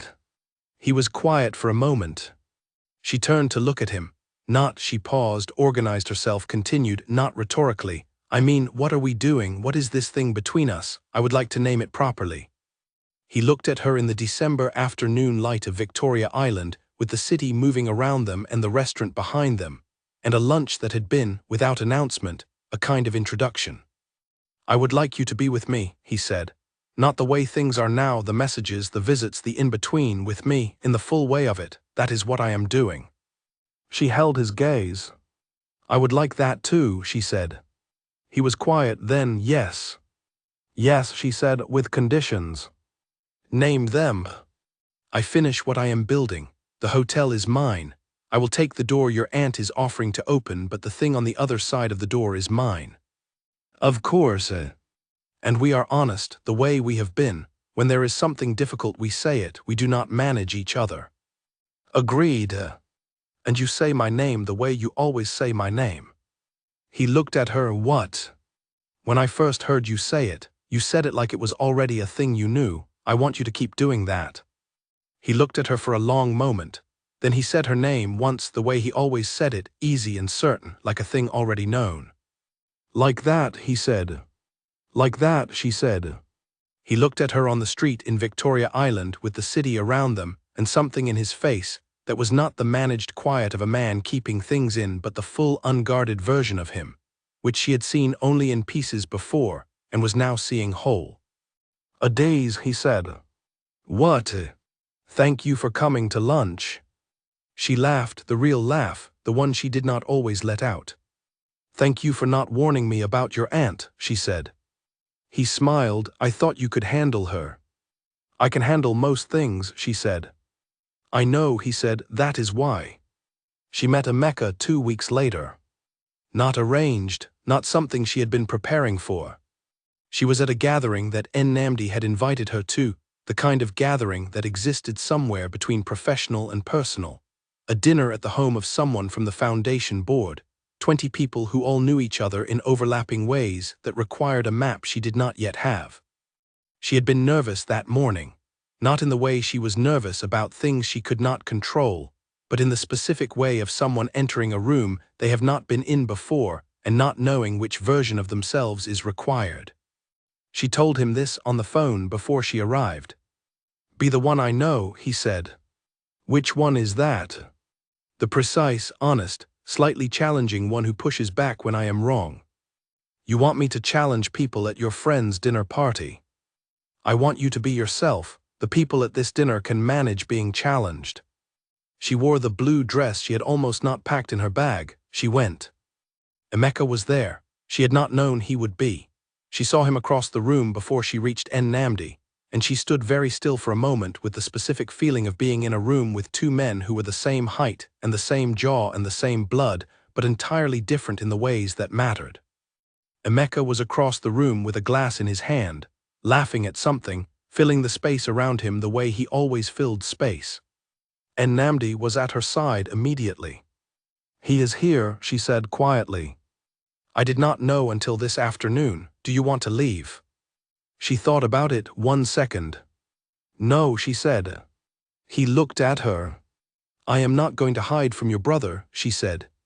He nodded, then he took her to where Emeka was standing and said, Emeka, this is Adiz. Emeka turned. He had the same ease in every situation, the same readiness to be present, the same smile. He looked at her with the full friendliness of a man who was genuinely pleased to meet people. And he said with complete sincerity and no trace of recognition, Adiz, it is so good to meet you. Nnamdi has mentioned you. She looked at this man who had not once in any of their interactions in the Golden Crest lobby remembered her face or her name. She looked at him with his honest, warm unfamiliarity, and she thought about the corridor and the wrong name and the 3 weeks and all of it. And she said, it is good to meet you too. Because it was good to meet him. The real version of him, the one who was simply a person at a dinner party, not a symbol of a mistake, not the name she had almost attached to a feeling that had never belonged to him. She met him, she was pleasant. She talked to him about something she had read about one of the entertainment companies in his portfolio, and he was surprisingly knowledgeable about it, and they had a brief, energetic conversation about Nigerian film and the economics of streaming platforms, and he was, she found, when removed from the category of the wrong Okafor, simply an interesting man. She told Nnamdi this afterward. "He is interesting," she said, "when you are not looking at him wrong." "How were you looking at him?" "As a mistake I made," she said. "I was looking at him as the name I put on a feeling that was not for him." She paused. "I am not looking at him that way anymore." He looked at her. "When did that change?" "Just now," she said. "When I met him properly." The dinner was long and good, and the people in it were complicated in the ways that people are complicated when they have been doing something they care about for many years. She talked to 4 different people, and found things to genuinely engage with in each conversation, which was both her nature and her training. She had spent 3 years making people feel received and important, and she had internalized the skill enough that it now operated without effort. At one point, she caught Nnamdi watching her from across the room. Not the assessing look, not the attentive look, not any of the looks she had catalogued over the months. A different one, something that had contentment in it. She looked back at him. He lifted his glass slightly. The smallest possible gesture. She looked away before she smiled, because she was in a room with people, and she was not going to stand in it smiling to herself like someone who had lost track of where she was. But she smiled. On the way home in the car he said, "You were good tonight." "I was myself," she said. "Yes, that is what I mean." She looked out the car window. "Your friends are interesting. Some of them, the important ones. The woman on my left at dinner, the one who does the conservation work. Adana. She wants to start a lodge near the Cross River National Park, environmental tourism. It is exactly the kind of thing." She stopped. He looked at her. "It is near Calabar," she said. "Yes," he said, "it is." She turned to look at him. "You put me next to her on purpose." She was seated by the host, he said. "I may have made a suggestion." She looked at him. "You opened a door," she said. "A small one, you walked through it yourself. You had a 40-minute conversation I was not part of." "A small one," she said, "but you opened it." He met her eyes. "Yes," he said, "I did." She held his gaze for a moment, then she looked back out the window. The city moved past.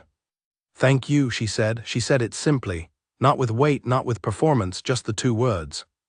"You are welcome," he said simply. They rode in the quiet of the car the rest of the way, and it was the specific quiet of 2 people who have said the important things and are now resting in them. And she looked at the city and the city looked back at her. And for the first time in a very long time, the city did not feel indifferent. It felt possible. She had Auntie Chiamaka's number in her phone and Adana's business card in her bag, and the man beside her who had opened a small door that she had walked through herself. And the hotel was in her mind, specific and growing more specific all the time. And she was 25 years old and she was from Enugu, and she had been sending 400,000 naira home every month since she was 22, and she had learned that wanting things loudly was how you got hurt. She was revising that last part.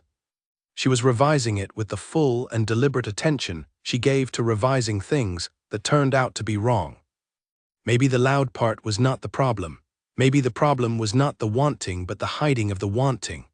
Maybe the woman who had learned to make herself small so the world could not find enough of her to hurt had been, in the process of protecting herself, also protecting herself from the things that required her to be large. She was learning this.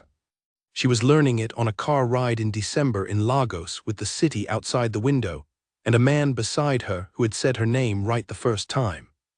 She was learning it. That was enough for December. The rest could come in its own time. The school opened in October. Not the one in Kano where the planning permission had been a problem. That one was already open, had been open for months, was running 200 students through its gates every morning with the particular organized chaos of a thing that worked. This was a different one. The school in Borno State that Nnamdi had told her about in their early phone calls, the one that had been ahead of schedule, the one in the photograph with the children and the half-built building, and the teacher whose determination had made the project happen. She stood in the foundation offices in Abuja looking at the photograph on his phone, the completed building now, the same children older by a year, the roof fully on, the paint new and bright in the afternoon light of a northern October, and she thought about what it meant to build something in a place that needed it. She had been thinking about this more specifically lately. Auntie Chiamaka had been true to her word. She had called the following week as she had said she would, and the call had lasted an hour and 40 minutes, and had contained more specific, actionable information about hospitality licensing, property structuring, and investor relationships in Cross River State than Adiz had accumulated in 3 years of research on her own. She was not a woman who wasted words. She did not offer warmth that was not earned. She offered the thing she had said she would offer, doors. Adiz had walked through each one carefully, with her notebook and her questions. She had spoken to a lawyer who specialized in hospitality property structures.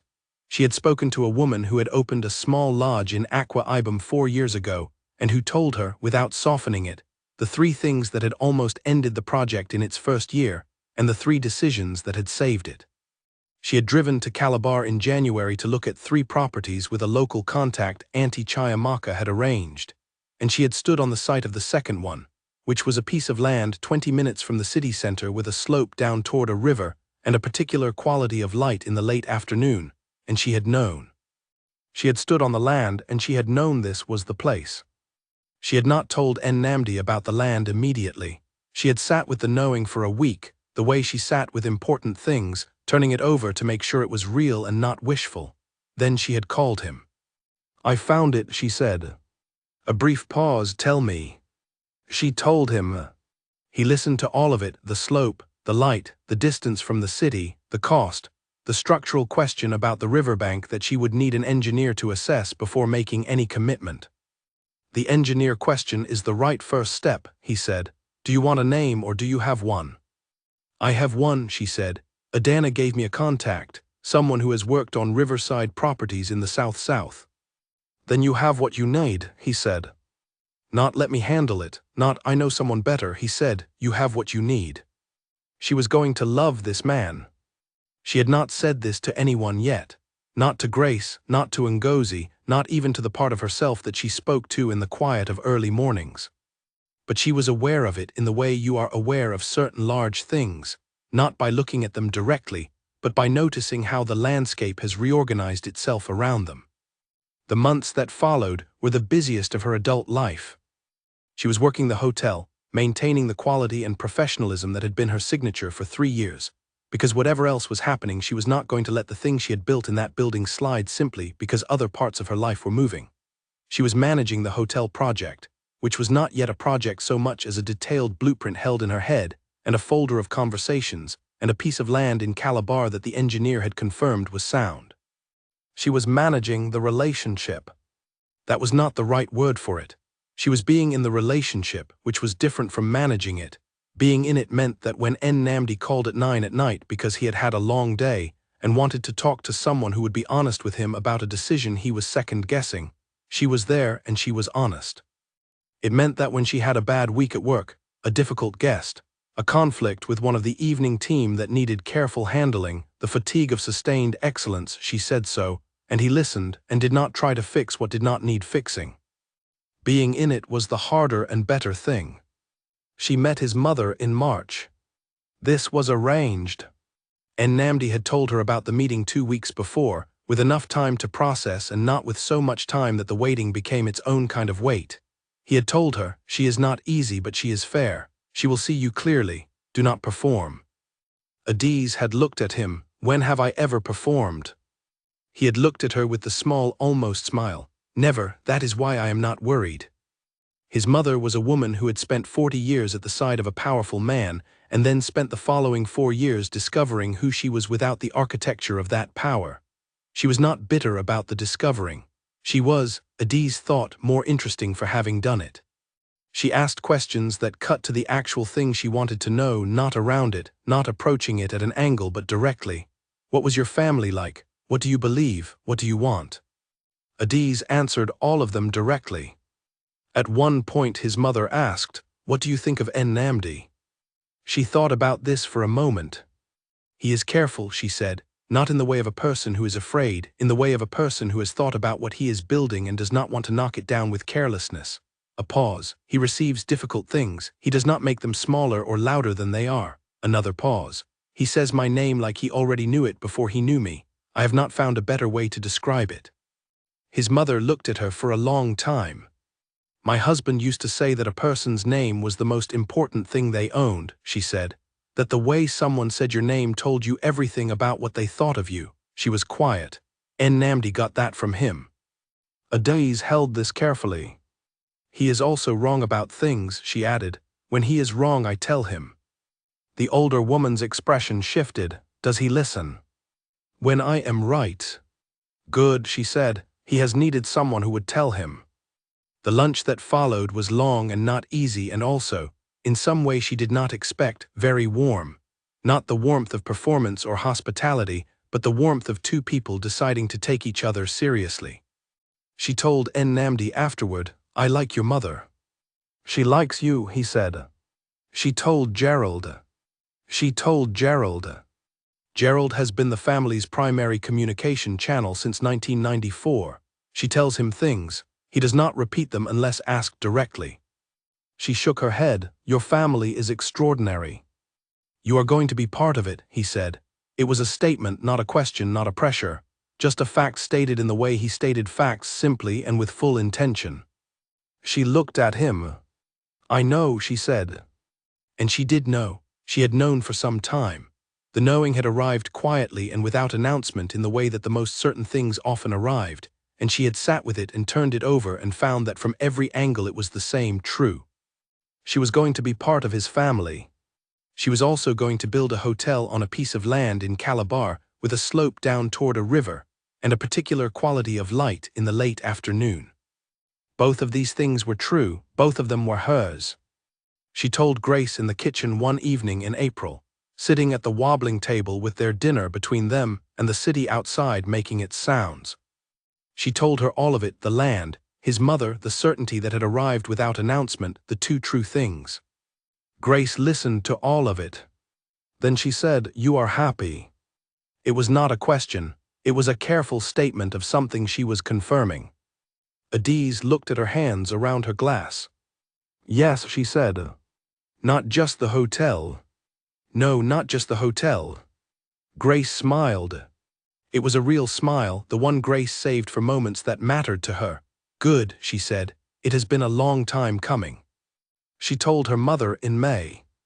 Not the full story, not the corridor, not the wrong name, not the 3 weeks. Those were chapters that her mother would have strong opinions about, and the opinions could wait for a different conversation. She told her the present, that she was with someone, that she had met his family, that she was building a hotel in Calabar. Her mother was quiet for a long time. Then she said, is he the one who says your name right? Adaize was standing at her kitchen window looking at the street. How did you know? She said. You told me about the name months ago. You said it in the middle of a different conversation, and I thought you did not realize you had said it. A pause. I kept it. She was quiet. Yes, Mama, she said, he is the one. Then bring him, her mother said. Whenever you are ready, bring him. The hotel broke ground in September. Not a big ceremony, not the kind of event with photographs and speeches. She stood on the land in Calabar with the engineer and the site manager and 2 people from the legal structure she had built with the lawyer Auntie Chiamaka had introduced her to, and they looked at the marked ground and confirmed the thing that was about to begin. He was not there that day. He had offered to come and she had said no, not this one. This one is mine, she had said. I know, he said. I will be there for the roof. She had smiled, yes, you will. She stood on the land on the September morning with the slope below her and the river in the distance, and the particular light that she had recognized as right on the first visit, and the thing she had been carrying since she was 23 and had told her mother about and had never told anyone else, and had kept in the private part of herself all through the years of bus rides and double shifts and ironed uniforms and quiet flat kitchens. The thing was about to become real. She was about to make it happen. This was, she thought, the kind of wanting that she had been wrong to keep small. The kind that did not hurt when you said it loudly. The kind that built things. She stood on the land, and the morning was warm around her, and the city of Calabar was 20 minutes away, and Lagos was behind her, and her mother was in Enugu, and Grace was texting her from the flat, and Ngozi had sent a voice note that was 6 minutes long and mostly screaming, and Nnamdi was in Abuja and would be there for the roof, and had said her name right from the very beginning even when she did not know it yet. She took one photograph. Not for anyone else, for herself. The marked ground, the slope, the trees at the edge, the sky above all of it, the clear September morning light. She sent it to him. He wrote back within 2 minutes. He said, "This is the beginning." She looked at the land. She wrote yes. Then she put her phone in her pocket and rolled up her sleeves and turned to the site manager and said, "All right, tell me what we need to start." And they started. And she was there. And she had not made herself small. And it was everything she had been working toward since she was 21 years old, on a bus at 6 in the morning on the way to the island, going somewhere that did not know her name, becoming the kind of woman who could make the city pay attention. It was paying attention now.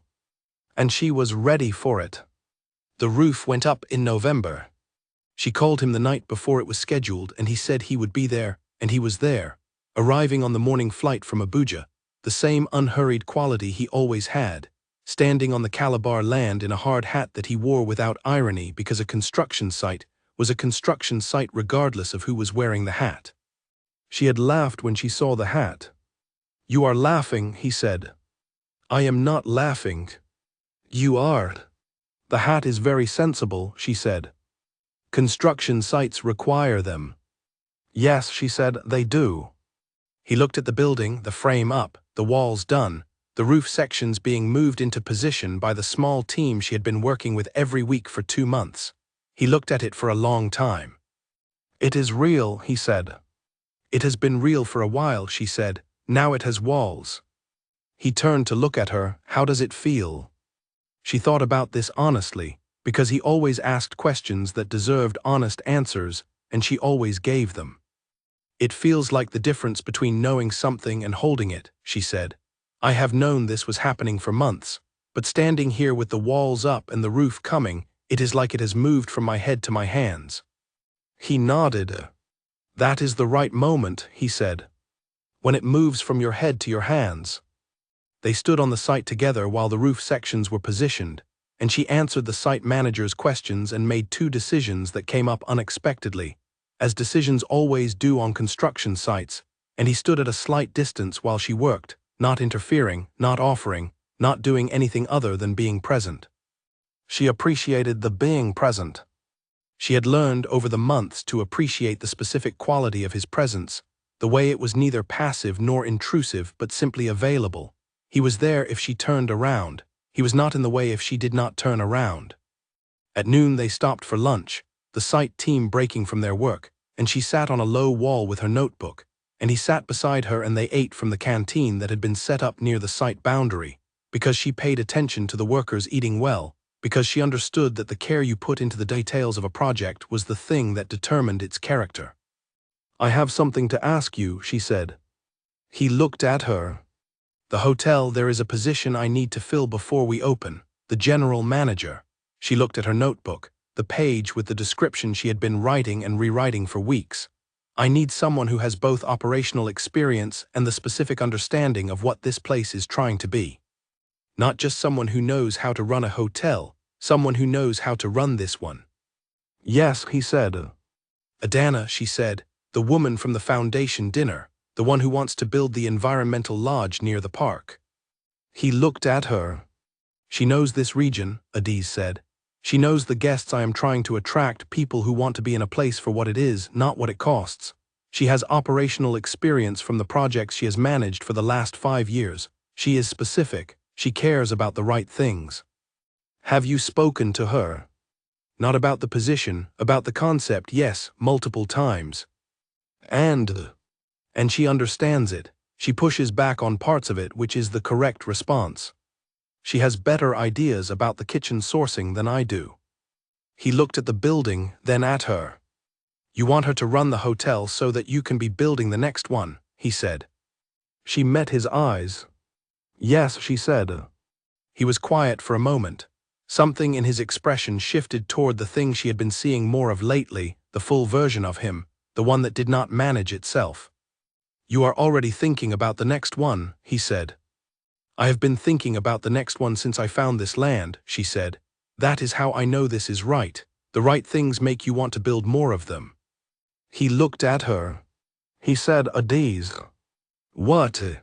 He looked at her in the November morning on the Calabar land, with the roof going up behind them and the river in the distance, and the city 20 minutes away, and the whole improbable distance between the woman who had taken a bus at 6 in the morning for 3 years to a hotel that did not know her name, and this moment right here. "I love you," he said. He said it the way he said everything, simply, directly, without ornamentation, as a fact stated with full intention. She looked at him. She had known this was true for both of them for a while. She had known it in the way she knew the land when she stood on it the first time, not by analysis but by recognition. But hearing it said in his voice, in the specific unhurried way he said the things that mattered, on a construction site in November with a hard hat in his lap and her notebook open on her knee. She felt it move from her head to her hands. "I love you too," she said.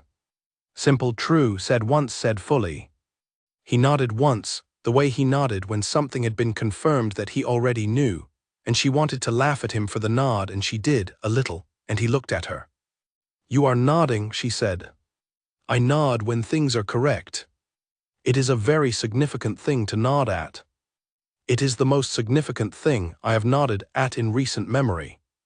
She shook her head. "You are a very strange man." "I have been told," he said. "By who?" "My aunt, my mother. You approximately twice a week." "I say unusual, that is different from strange." "Is it?" "Yes, strange suggests something wrong with it. Unusual is just uncommon, the good kind." He looked at her. "All right, I am unusual." "You are," she said. They sat on the low wall in the November morning and ate their lunch, and the roof team worked above them, and the site manager came over once with a question, and she answered it, and he sat beside her, present, and she thought, "This is the life. Not the outline of it, not the plan on paper, not the thing I used to describe to myself in the quiet part of my mind where the wanting lived. The actual life, messy and specific and real, with walls going up and lunch from a canteen and a man who nods when he means it." The afternoon was productive. She met with the site manager about the remaining schedule. She called the lawyer about a documentation matter. She and Nnamdi walked the interior of the building, through the half-finished rooms that were already beginning to have the quality she had designed into them. The way the afternoon light came through the east-facing windows, the way the space felt, the way the slope of the land meant that the ground floor looked out toward the trees and the river beyond. He stood in what would be the main room, the gathering space she called it, not the lobby, because she did not want the word lobby attached to it, and he turned slowly, looking at what was there and what would be there. "You built this exactly as you described it," he said. "I am still building it. The bones," he said, "the way the light comes in, the feeling of it, it is what you described." She looked at the room. "Yes," she said, "it is." He turned to look at her. "This is remarkable." She thought about that. She thought about the bus at 6 in the morning, and the wobbling table, and the 400,000 naira, and the ironed uniform, and the East Corridor, and the wrong name, and the 3 weeks, and all the rest of it. The long, slow accumulation of a life that had been building toward something even when she could not see what the something was. "It is what happens," she said, "when you do not stop." He crossed the room to where she was standing. He stood in front of her in the half-finished gathering space of the hotel that she was building on land that she had recognized by the quality of its light. And she looked at him, and he looked at her, and neither of them said anything because everything had already been said, and what was left did not need words. He put his hand on her face once briefly. She put hers over it. They stood there for a moment. Then the site manager appeared in the doorway with a question about the flooring timeline, and she turned and answered it, and Nnamdi stepped back, and the afternoon resumed. On the flight back to Lagos, she sat in the window seat and looked at the clouds. She was going home. Not to the flat in Surulere, not to the wobbling table and the ceiling fan and the bus at 6 in the morning. She was going back to all of those things for a while longer, but home was a bigger word than it used to be. Home was the land in Calabar, and the man who had said her name right from the first time, and the hotel that was going up, and the next hotel that was already in her head, and the mother in Enugu who had been saving the money, and the friend who had texted that morning, and the woman who had laughed on the phone for 6 minutes. Home was wide now. She had made it wide. The clouds moved past the window, and below them the country was green and enormous, and she sat in the quiet of the small aircraft and she thought, I did not make myself small, and it did not hurt. And I am not done. She landed in Lagos in the late afternoon. She took a car home. She walked into the flat and put her bag down, and Grace was in the kitchen, and Grace looked at her face and said, Well, the roof is going up, she said. And him. She thought about the half-finished gathering space, and the hand on her face and the nod. He is good, she said. He is very good. Grace smiled. Sit down, I am making tea. She sat at the wobbling table, and Grace made tea, and the city moved outside the window, and Adiz sat in the middle of her life, and let it be exactly as large as it was. It was very large. She was not afraid of it.